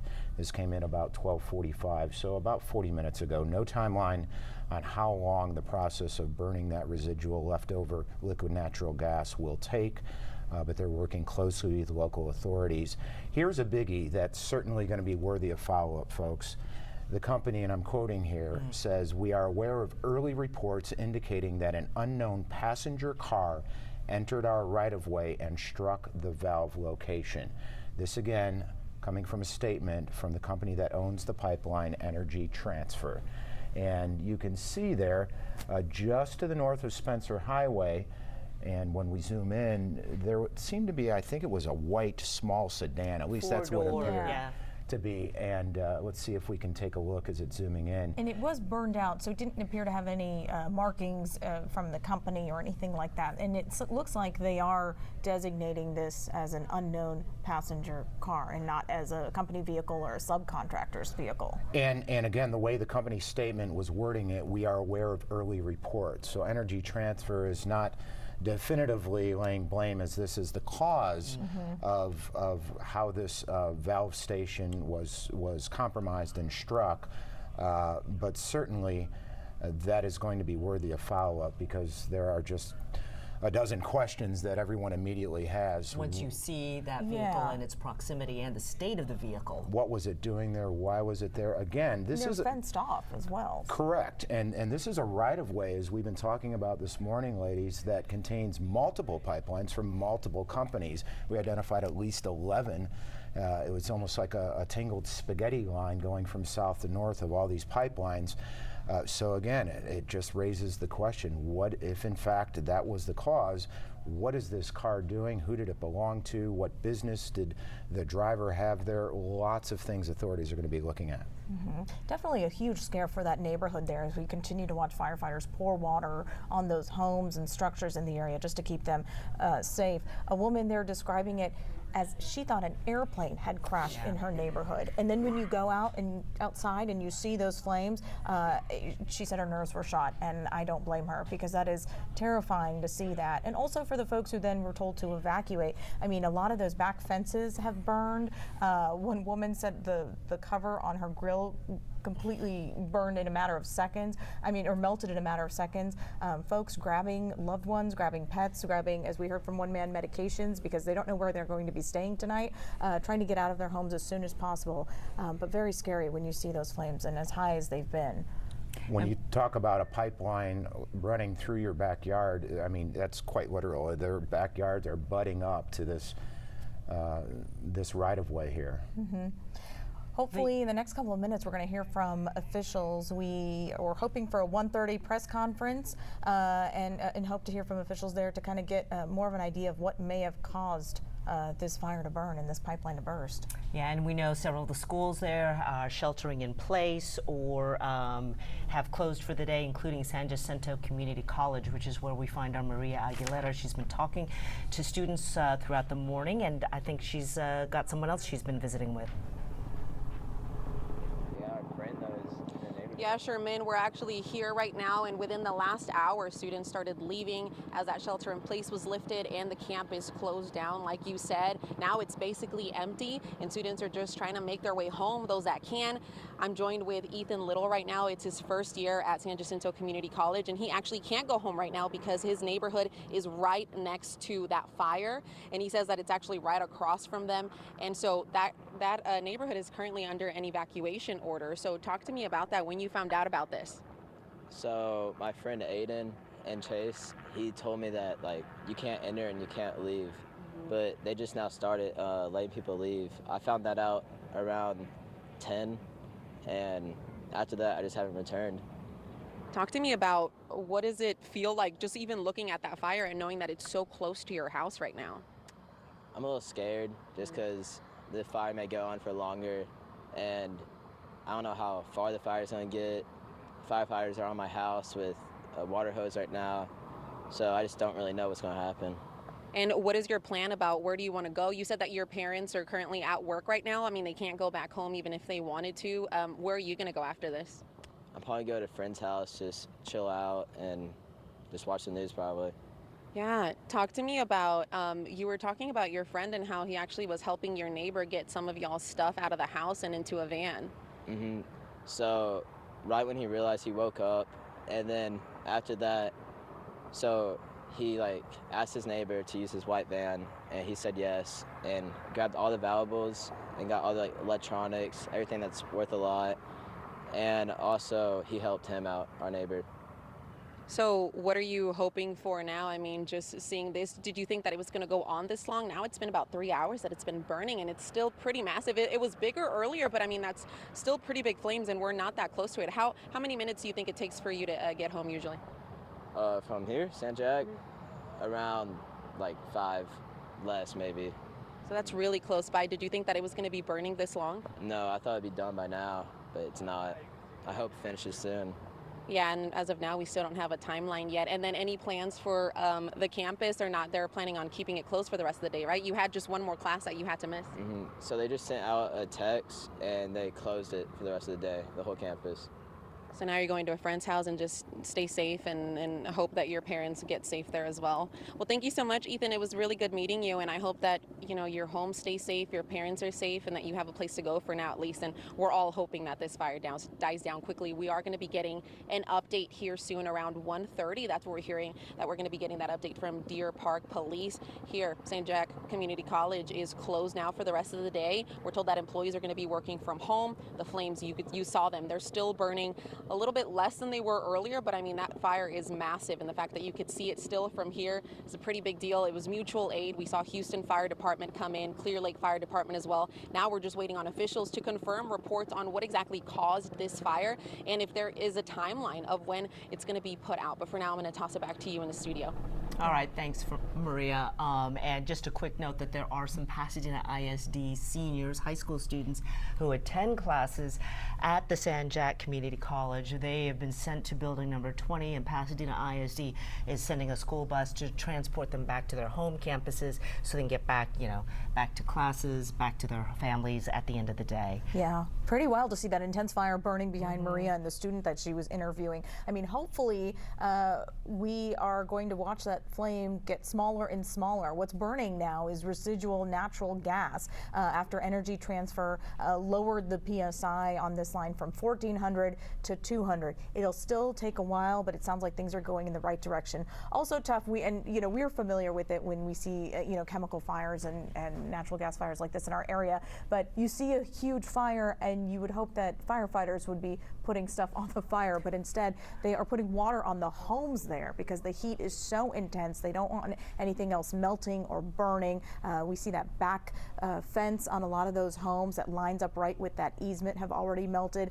And then of course the car in question that is very close to that pipeline that the company is saying Energy Transfer is calling a unknown passenger vehicle that is there. So hopefully at 1:30, now at 1:31, hopefully in the next few minutes we'll have officials gather and give us an update on what exactly is going on. Of course, we'll get that briefing live from Deer Park Police Department where authorities are gathering there. Yeah, and kind of interesting, if you take a look at the center of your screen, so there is a large utility pole standing there to the right, and you can see all of the power lines, transmission lines that have obviously melted, and they're just draped down onto the ground there. And then to the left, we've got an Air 11 shot of the vehicle in question, which Energy Transfer is described, I guess, as a civilian vehicle. We presume they're trying to distinguish that as not being an employee or a contractor, perhaps, but that vehicle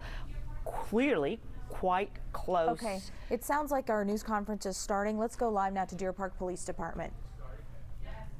Situation, and he was making sure that any resources that we needed from the state on down are being extended. Let me start out with the most current information that we have is that the pipeline is owned by Energy Transfer. The fire is contained to the extent that we've got a perimeter set up, and some levels of evacuation have been conducted, and the pipeline source is being shut off, and there's a time frame that's going to be extended to hours, I will just say, on how long it's going to take for that product to be burnt off. We've got evacuations that have occurred, which many of the surrounding businesses, there's too many to list, but HEV, Walmart, we've got 2 schools, Heritage Elementary, College Park Elementary. We've got shelter in places for James Baker and San Jacinto College. The Jimmy Burke Activity Center on 13th Street is set up for any of the evacuees or people in the impact zone that need a place to go. Partners that are working with us on this situation is LaPorte, Pasadena, Harris County Fire Marshals, Harris County Pollution Control, the Deer Park Fire Department, Pasadena Fire Department, LaPorte Fire Department, and we have constables here from Precinct 8. We've got Tatum here, so all the resources that can be extended are here and present. Again, we're just in a containment mode to any of the facilities that are in close proximity. As you can see with the cameras, that the fire is it's very hot, so a lot of the house structures that are adjacent to that are still catching on fire, even though we're putting a lot of water on them to try to control that.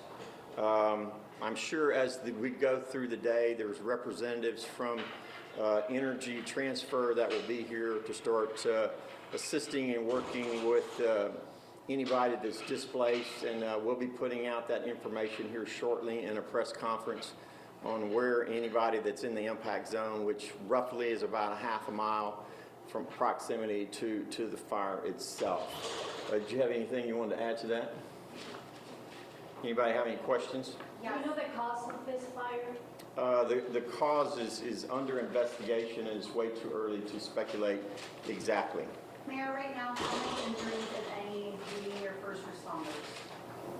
Got that. We have one fireman that had minor. There's one fireman that's been treated for minor injuries.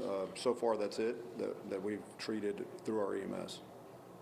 Can you guys talk a little bit about the rotation of the first responders right now? Obviously, it is very hot outside. Obviously, this fire is really big, shooting up hundreds of feet in the air. Can you talk a little bit about how you guys are approaching this response-wise? Yes, we've been in contact with the command staff on scene, and they have requested that we send some buses out there for rehab of the firefighters.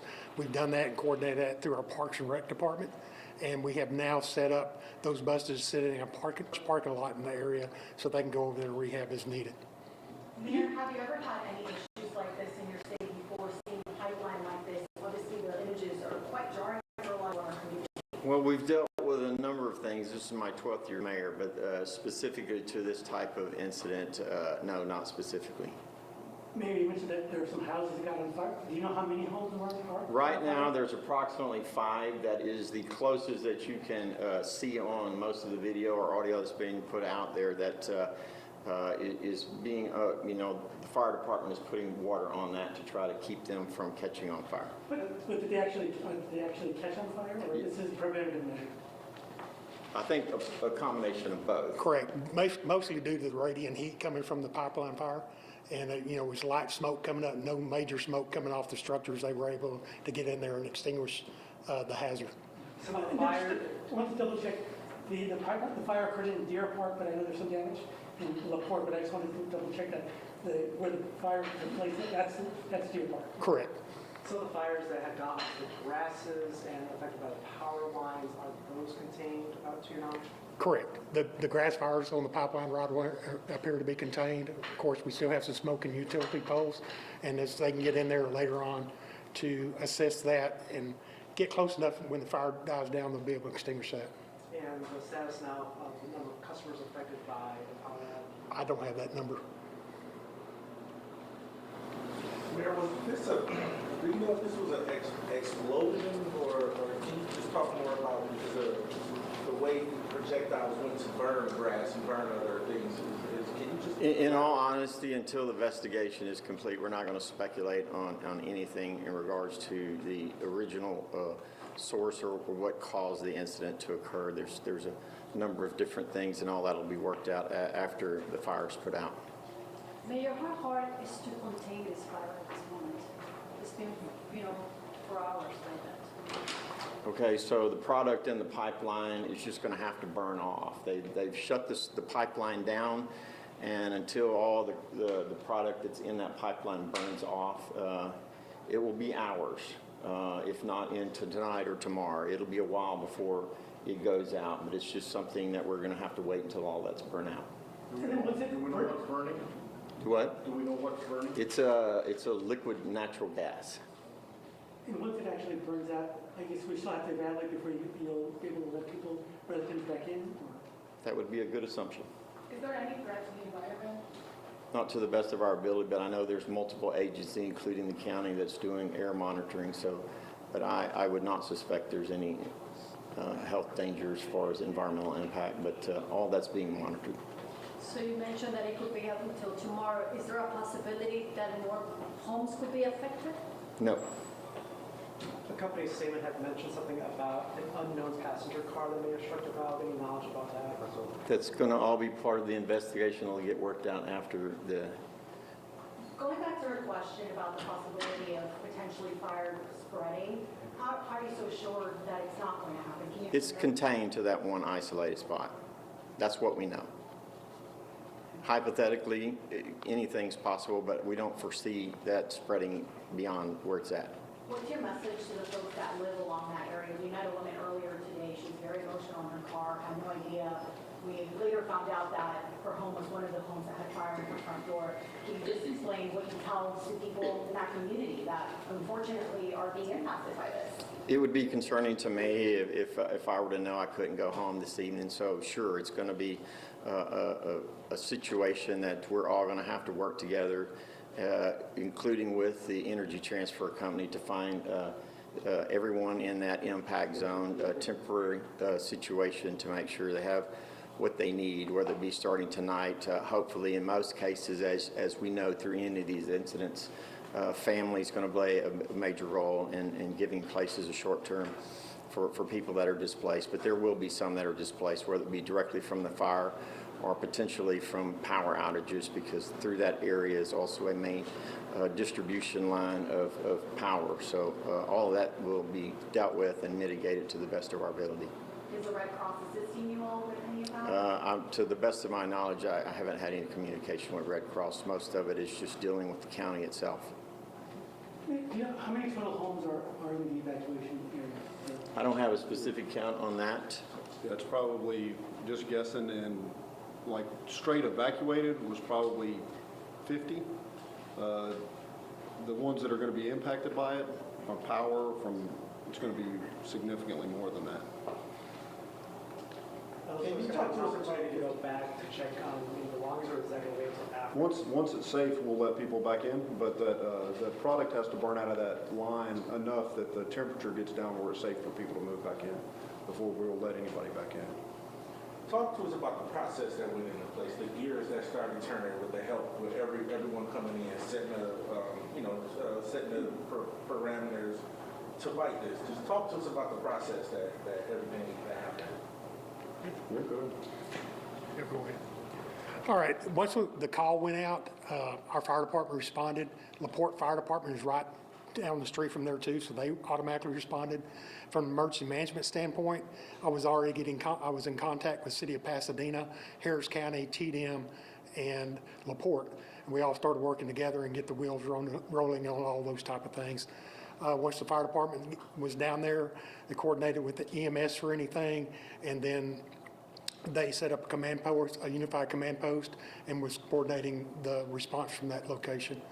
And we also were working with Pasadena, sent us their drone team, so we've been monitoring drone footage from the scene and keeping an eye on things that were going on there.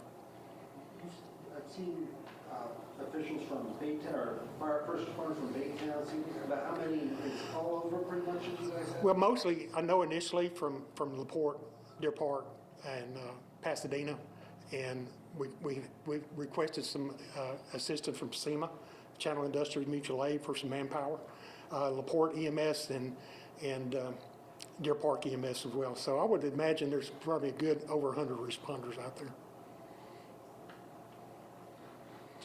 Could each of you identify who you are? Yeah. I'm Jamie Galloway, the Emergency Services Director for the City of Deer Park. Yeah, Frank Hart, Assistant Chief in Deer Park. And I'm Mayor Mouton.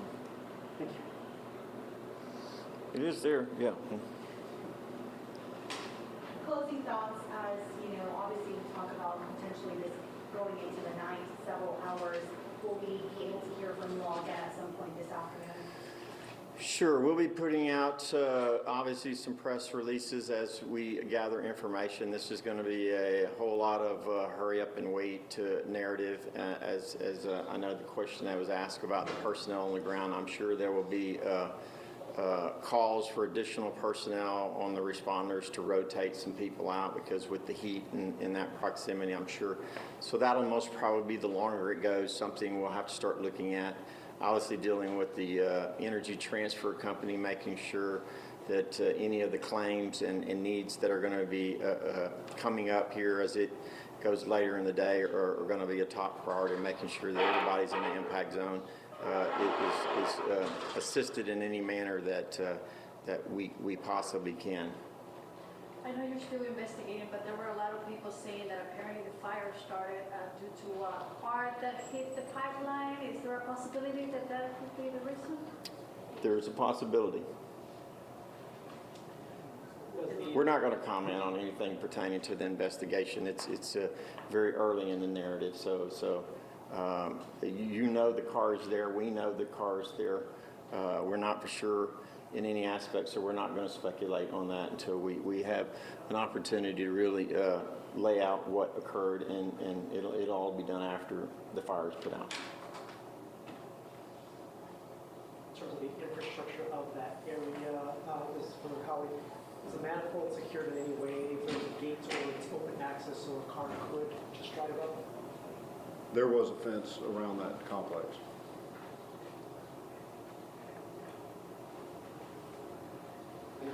Who's doing the Spanish report? Not me. We were not prepared to do that, sorry. Did we run out of questions? Perfect time to walk off. That's a first. Thank you guys for coming. We'll be here the rest of the day, obviously, if y'all need anything. All right, we just heard from Jerry Mouton and other officials. Jerry Mouton, Deer Park mayor there, saying it could be several hours, possibly into tomorrow, that this pipeline fire will continue to burn. What you're seeing now is residual gas, so that flame will continue to diminish, but it's going to take several hours. That pipeline owned by Energy Transfer. We also understand that that fire is contained. A perimeter has been set up, and we've been hearing about the evacuation for folks in the Brook Glen neighborhood right there. And also all morning we have been seeing, as you can still see now, those ladders are up and water being poured onto homes there to keep them cool and keep the fire off of them, because we're really hoping that this does not spread. And one of the big notes, the question has been all morning, that vehicle you can see just to the left of the fire. Apparently it is that, quote, civilian vehicle referenced by Energy Transfer, with reports that it may have struck the valve, but authorities just telling us that there is in fact a gate around the manifold. So many questions. Our Victor Jacobo was live at that press conference in Deer Park, and he joins us now live with additional information. Victor.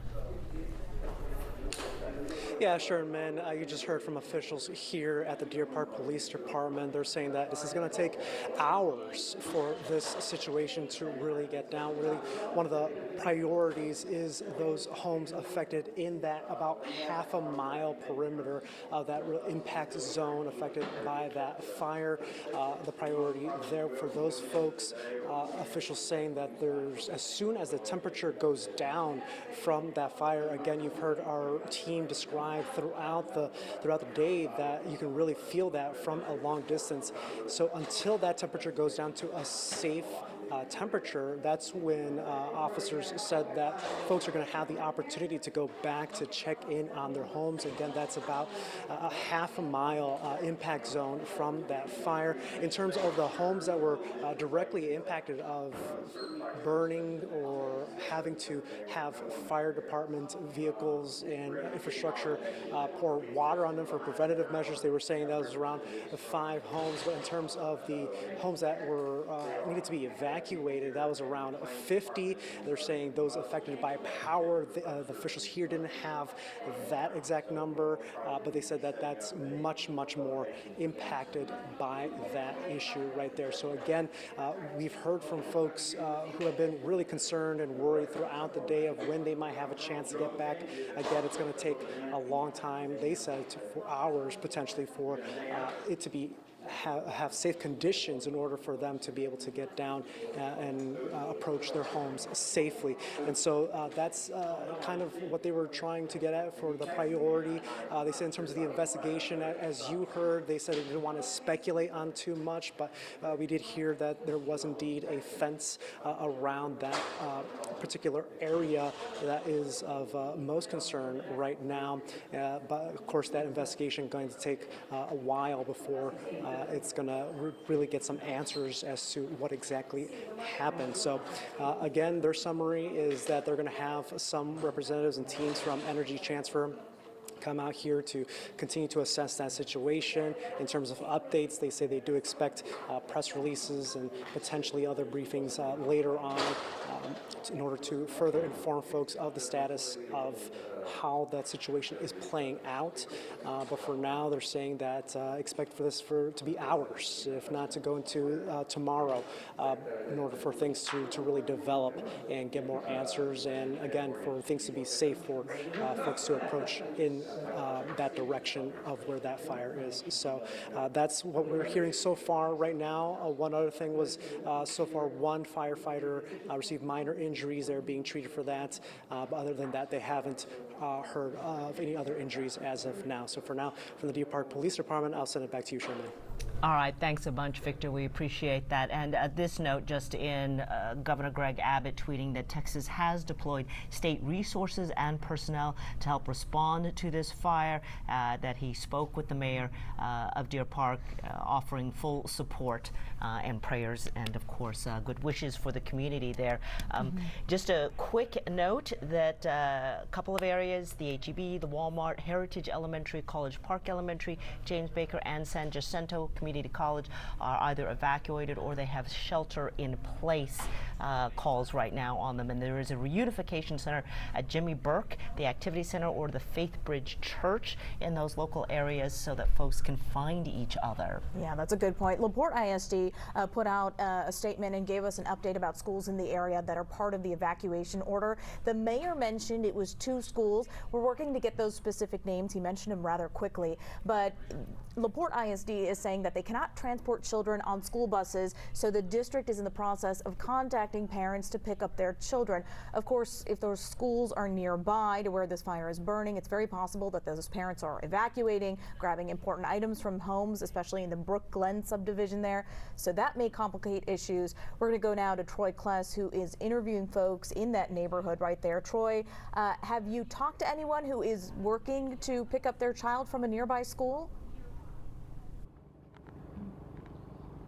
Reka, not at the moment. You know, we were earlier in the morning, we were over by Heritage Elementary, where at the moment we didn't see any parents going to the school. So again, we'll have to wait and hear from the school district to get some official word on that real quick. I do, however, just want to bring in Savannah, who again lives down the street here and again was home at the time that this occurred. Just walk me through what did you hear, what did you see? Well, this all happened around like 9:50, 10 o'clock in the morning. I mean, I had my alarm set and everything. I was like, let me give myself 10 more minutes. It's still kind of early. Next thing you know, I hear a big boom, and then I felt the house shaking. I was like, what was that? So I immediately ran out of my bedroom, and everybody's like freaking out. I looked out the window. I ran downstairs. I opened the front door. There was this fire, and I seen the fence was on fire. And I was like, we gotta go. I called my neighbor across the street, and I tell her, hey, we gotta go. The house is on fire, and there's an explosion right next to the playground, and that's when people started evacuating. And I even had to call my job to let them know that I couldn't come in, because I was supposed to be there like within an hour, but I was like, there's no way I'm gonna go to work. This all happened like within a second, and I just woke up from that explosion. So again, just waking up from it, again, just describe how close roughly are you to where this fire is? This explosions, I kid you not, 3-4 houses down from mine. Like 3-4 houses, and I'm close to that playground. How are, you said you had mentioned you had some family over too at the time. Just how did it, just describe what was it like just trying to get everything, step out. Just describe what was it like just trying to get you and your family out of the house? Yeah, like my grandma, I was trying to get her to get her out of the house because she's like nervous and she's not understanding everything that's going on. And I told my aunt, grab her, please, we need to get her out. I'll close the garage, I'll meet you outside. That's when I realized power was out and the garage won't close. I was like, forget it, I'll just lock the door behind me and hope and pray the house doesn't burn down, and that's all that matters. And from now, we don't even know what's going on at this point. What I'm worried about is the fire. And everybody's okay, I'm okay.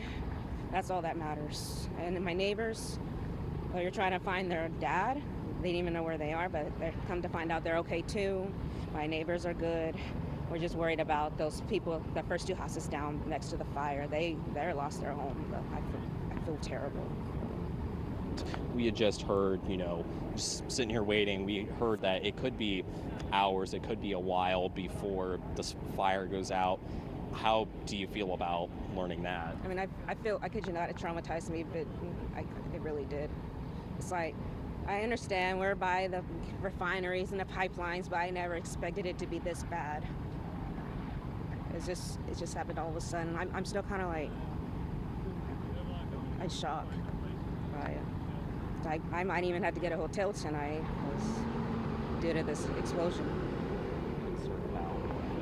How concerned are you, like you said, your house being so close, how concerned are you about that? Like the fire and the smoke damage, because it's not good to inhale the fumes that's inside the house. Because I witnessed a fire before. My friend's house caught on fire, and she had to move into like a new house and everything. Like she had to throw everything out. That's how bad it was. You can even smell it too. I was like, it's not even safe to stay in the house at this point.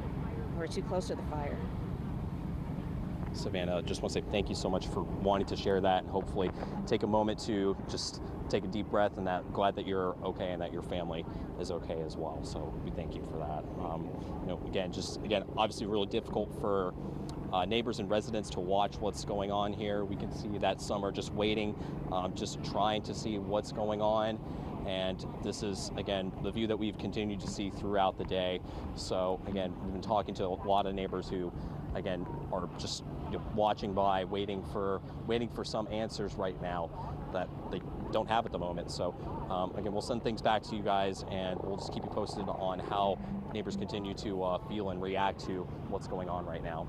Yeah, Troy, every single person you've spoken with in the last few hours is clearly shaken by this. The nightmare not over, though. This fire could burn possibly into tomorrow. So as we just heard from that woman, she's going to have to find a place to stay tonight, and so many folks in that neighborhood will have to do the same. Troy, thank you. And, interesting, Pat Kavlin, that most of the time with fires, we're worried about the flames. In this case, it's the heat. Authorities won't let people back into the neighborhoods until the heat has been reduced enough to make it safe. And we've clearly seen the impact of the heat with all that vegetation, the power poles, the homes. Yeah, I mean, think about natural gas on your stove. I mean, that burns to almost 3,500 degrees Fahrenheit. Now imagine a column of burning natural gas that's 300 to 500 feet at its worst tall, and the amount of heat that's going to put off, right? So it's no surprise that we've seen homes, unfortunately, significantly damaged right here in this development that's just across the street from where this is. So just to get your bearings here, we're looking at a live shot. This is from Air 11. This is the parking lot of the Walmart here in Deer Park. And this is the parkway that we've been talking about all morning long. And notice 1, 2, 3, 4, 5 streams of water going right now, 6 back here, and 7 streams of water going right now on all of these homes. We saw significant damage to these 2 right here, one right behind the flames, and this one over here. This one was smoldering at one point, so all of these homes in the immediate vicinity of this fire caught some pretty significant damage, again, just from the heat radiating out. The good news is the grass fire that started from this has been put out. Firefighters now solely focusing on preserving what's left with these structures here, and even the homes this far away. I mean, this has probably got to be about 200 yards, so about the length of 2 football fields all the way out here, and they're still putting water on these homes. That's how hot this fire is burning here. The good news from a weather perspective, wind was very light. So once the fire got going in the grass, it didn't spread rapidly. And also, there's no cap on the atmosphere, so the air quality has remained decent for the most part. Obviously, evacuations in this area, there are some toxic fumes associated with this flame, but all in all, it hasn't hung near the surface, near these communities. It's been allowed to go up into the atmosphere and kind of disperse. But an incredibly sad morning for folks that live in this neighborhood here in Deer Park with this pipeline fire. We're going to be following the latest on this, and of course the impacts to the environment that this will have as we go through the rest of the evening and into the coming days. But guys, we'll send it back over to you right now. Absolutely, Pat. Thank you. As this pipeline near the Deer Park area burns off that residual fuel, Still don't know the cause, but we know that hopefully it's on its way out. Several more hours this fire could burn, and folks in the area will have to stay away until it is safe enough to come to their homes in that nearby Brook Glen subdivision. Of course, we are going to stay on top of all of this with updates on air and online on khou.com. All right, and right now we know of one firefighter who had suffered some minor injuries but did not need to be transported to the hospital. That is the good news. This all began just a little bit before 10 o'clock this morning. Energy Transfer owns that pipeline. It is liquid natural gas that is burning there, and there are reports that a civilian vehicle struck the manifold, struck the valve. Of course, a lot of investigation still needs to go on. We will continue to follow this on all of our streaming platforms, and we'll have another update at 3 o'clock. We'll see you then. 7+ app. Georgie and Mandy's First Marriage, October 17th, part of CBS Premiere Week on CBS.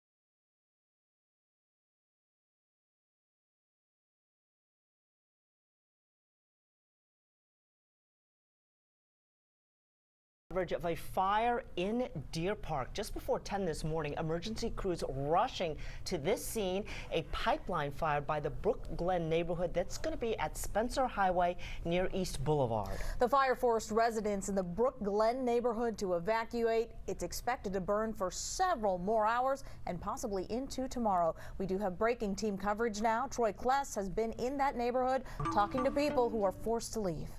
First, though, we want to send things over to Victor Jacobo, who was at the press conference at the Deer Park Police Station.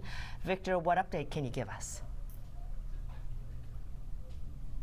Situation is very fluid, but they say it's going to take hours for this fire to completely burn out, at least to a safe manner, not really giving an exact timeline of when that can be expected, but again, what they said was hours. They said one positive development is that many of the grass fires in that area, the immediate vicinity of that pipeline fire, have been put out and have been contained. Around 5 homes in that area were directly impacted by actual burns and by the flames of that fire. In a briefing that happened here at the Deer Park Police Department a short while ago, officials say that they are able to report that one firefighter did receive minor injuries. However, they were able to be treated on scene by some EMTs who were there, being able to take care of that firefighter there. But as of right now, there have not been any additional injuries reported. The fire is affecting an impact zone of about a half mile, and that forced the evacuation of about 50 homes in that area. I asked officials when some of those folks can expect to be able to go back to their homes, whether that's just to get some belongings, if they have to make arrangements for where they're going to sleep tonight. Here's what they had to say about that issue. Once it's safe, we'll let people back in, but that the product has to burn out of that line enough that the temperature gets down where it's safe for people to move back in before we'll let anybody back in. So still a lot of uncertainty for many of those folks who have been going through a very difficult day. My colleague Troy Kless has been in the Brook Glen neighborhood speaking with some of those folks. Troy, what have some of those people been telling you about their experience? Yeah, Victor. Thank you. Yeah, a lot of people said that they remember hearing what sounded like an explosion this morning. You could still hear the fire raging on, but there's still many neighbors that are watching by, just watching this unfold here. I'm here with Amanda Henson, who, again, lives right across the street here, just outside of the zone.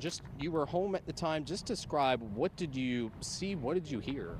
I was at home in bed, and I heard a loud boom, and it was this outside, and then neighbors were calling and texting me, making sure I was okay, and I went outside, and sure enough, it was one of the pipelines that busted.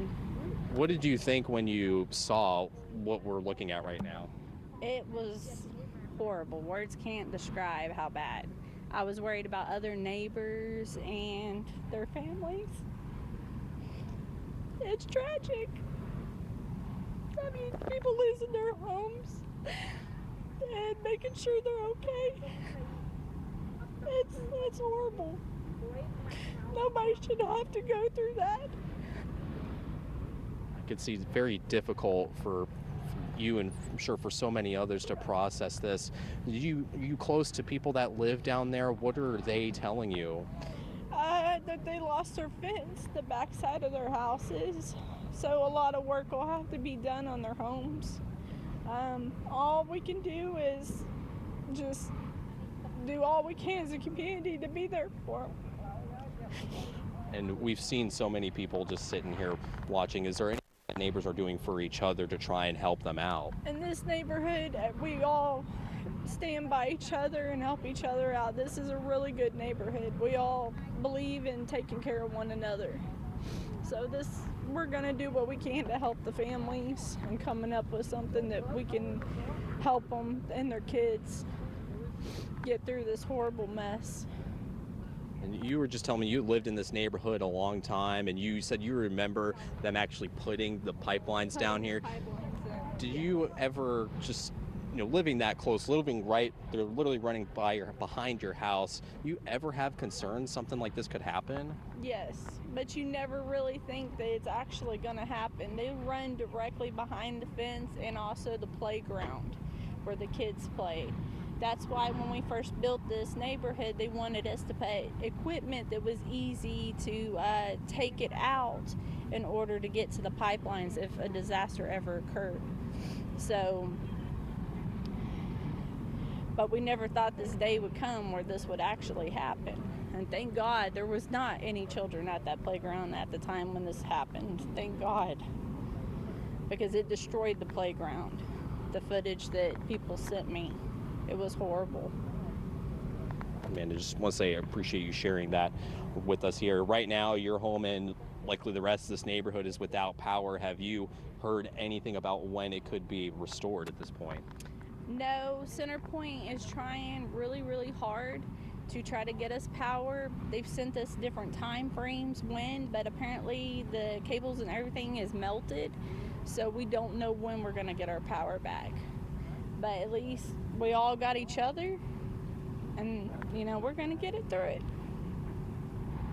Amanda, I just want to say thank you so much. I'm glad that your family is, are safe and everything. So, again, just want to say, again, a very difficult moment, for neighbors that are, again, watching, and you can literally still hear the fire continue to burn behind me. So, again, we've been speaking to many neighbors here in this community, all very shaken up by this, and we're going to hear more from them coming up later tonight at 4, 5, and 6. We'll send it back to you. I understand why she's so emotional there. Very scary for all of those folks. And as Victor said, about 50 homes in that area have been evacuated. So a lot of folks there are going to have to find another place to sleep tonight. Yeah, and just to recap for folks who may be joining us a little bit later in all of this all happened before 10 o'clock this morning. A 20-inch liquid natural gas pipeline was breached, compromised somehow. The owner, Energy Transfer, saying it has reduced the PSI from 1,400 down to 200. So slowly this thing will burn itself out. Heat is actually the main consideration about this fire. Let's bring in Pat Kavlin now to tell us about that. Yeah, so obviously temperature's very, very hot outside right now. We're in the mid-90s, so that's obviously compounding the efforts. Here's a live look from Air 11 just returning to the scene after refueling, and you could see this flame still going strong. This is Spencer Highway, okay, so this runs from east to west, and then this is Canada up here. This runs north to south, so this direction would be north. Look at all of the tower ladders still working hard here, trying to keep these homes from at least becoming destroyed from the heat that's being put off by this flame. So this is liquid natural gas. Think about the natural gas flame if you have a burner on your stove. Those flames burn at about 3,500 degrees Fahrenheit. Imagine something burning that hot that's hundreds of feet high. It's no wonder that we've seen such damage to these homes, even though the fire itself never went beyond the valve there. So firefighters still working around the clock. They've actually set up a hose in front of all of these homes with valves coming out of the hoses, pointing water and spraying water on the front of these homes here. So you can see one there, there's another one, there's another one right here. So they're trying to keep the front of these homes cool while tower ladders get these homes from the back. Again, trying to preserve what's left of some of these. There's that playground that woman was just talking about in that interview with Troy Kless, totally destroyed here. This is East Meadows Park here along, I believe this is East Meadow Drive. And so this neighborhood has obviously taken the brunt of it. On that wider shot there, you can see the grass burned out here on the south side of Spencer Highway, and then even more here on the north side. This is the Walmart over here in the parking lot, and this has just been such an eventful morning. The good news, though, from a weather perspective, not a lot of wind, so everything has been contained to this small area. And notice the black smoke is even starting to diminish a little bit. Hopefully, as this flame starts to lose its fuel source, we see less and less smoke as the afternoon goes on. But guys, certainly a really busy morning for us. You can see all of those hoses. Look at that. Lined up here trying to protect each and every one of these homes here in that subdivision. So we're going to keep a very close eye on this as we go through the rest of the afternoon. All right, thank you, Pat. And clearly there is damage to some of those homes in that Brook Glen subdivision. We should also mention there are campuses nearby. San Jacinto Community College there has closed down, and some of the campuses with LaPorte, they've had shelters in place for them. And then also Deer Park, I guess some of the kids there, they couldn't get home, not because of problems at the school, but because their homes were impacted. So then the district had to contact those parents to retrieve retrieve their kids from school. Yeah, absolutely. They were not running buses. They needed parents to pick up their kids, and of course that is still happening as folks there again who've been evacuated now looking for another place to possibly stay. As we watch this pipeline fire burn for the next several hours, officials say possibly overnight and into tomorrow. Of course, we're going to keep an eye on all of this. We're going to be right back here at 4 p.m. for the 411, and you can also track the latest on this fire on the KHOU 11 mobile app. Happening.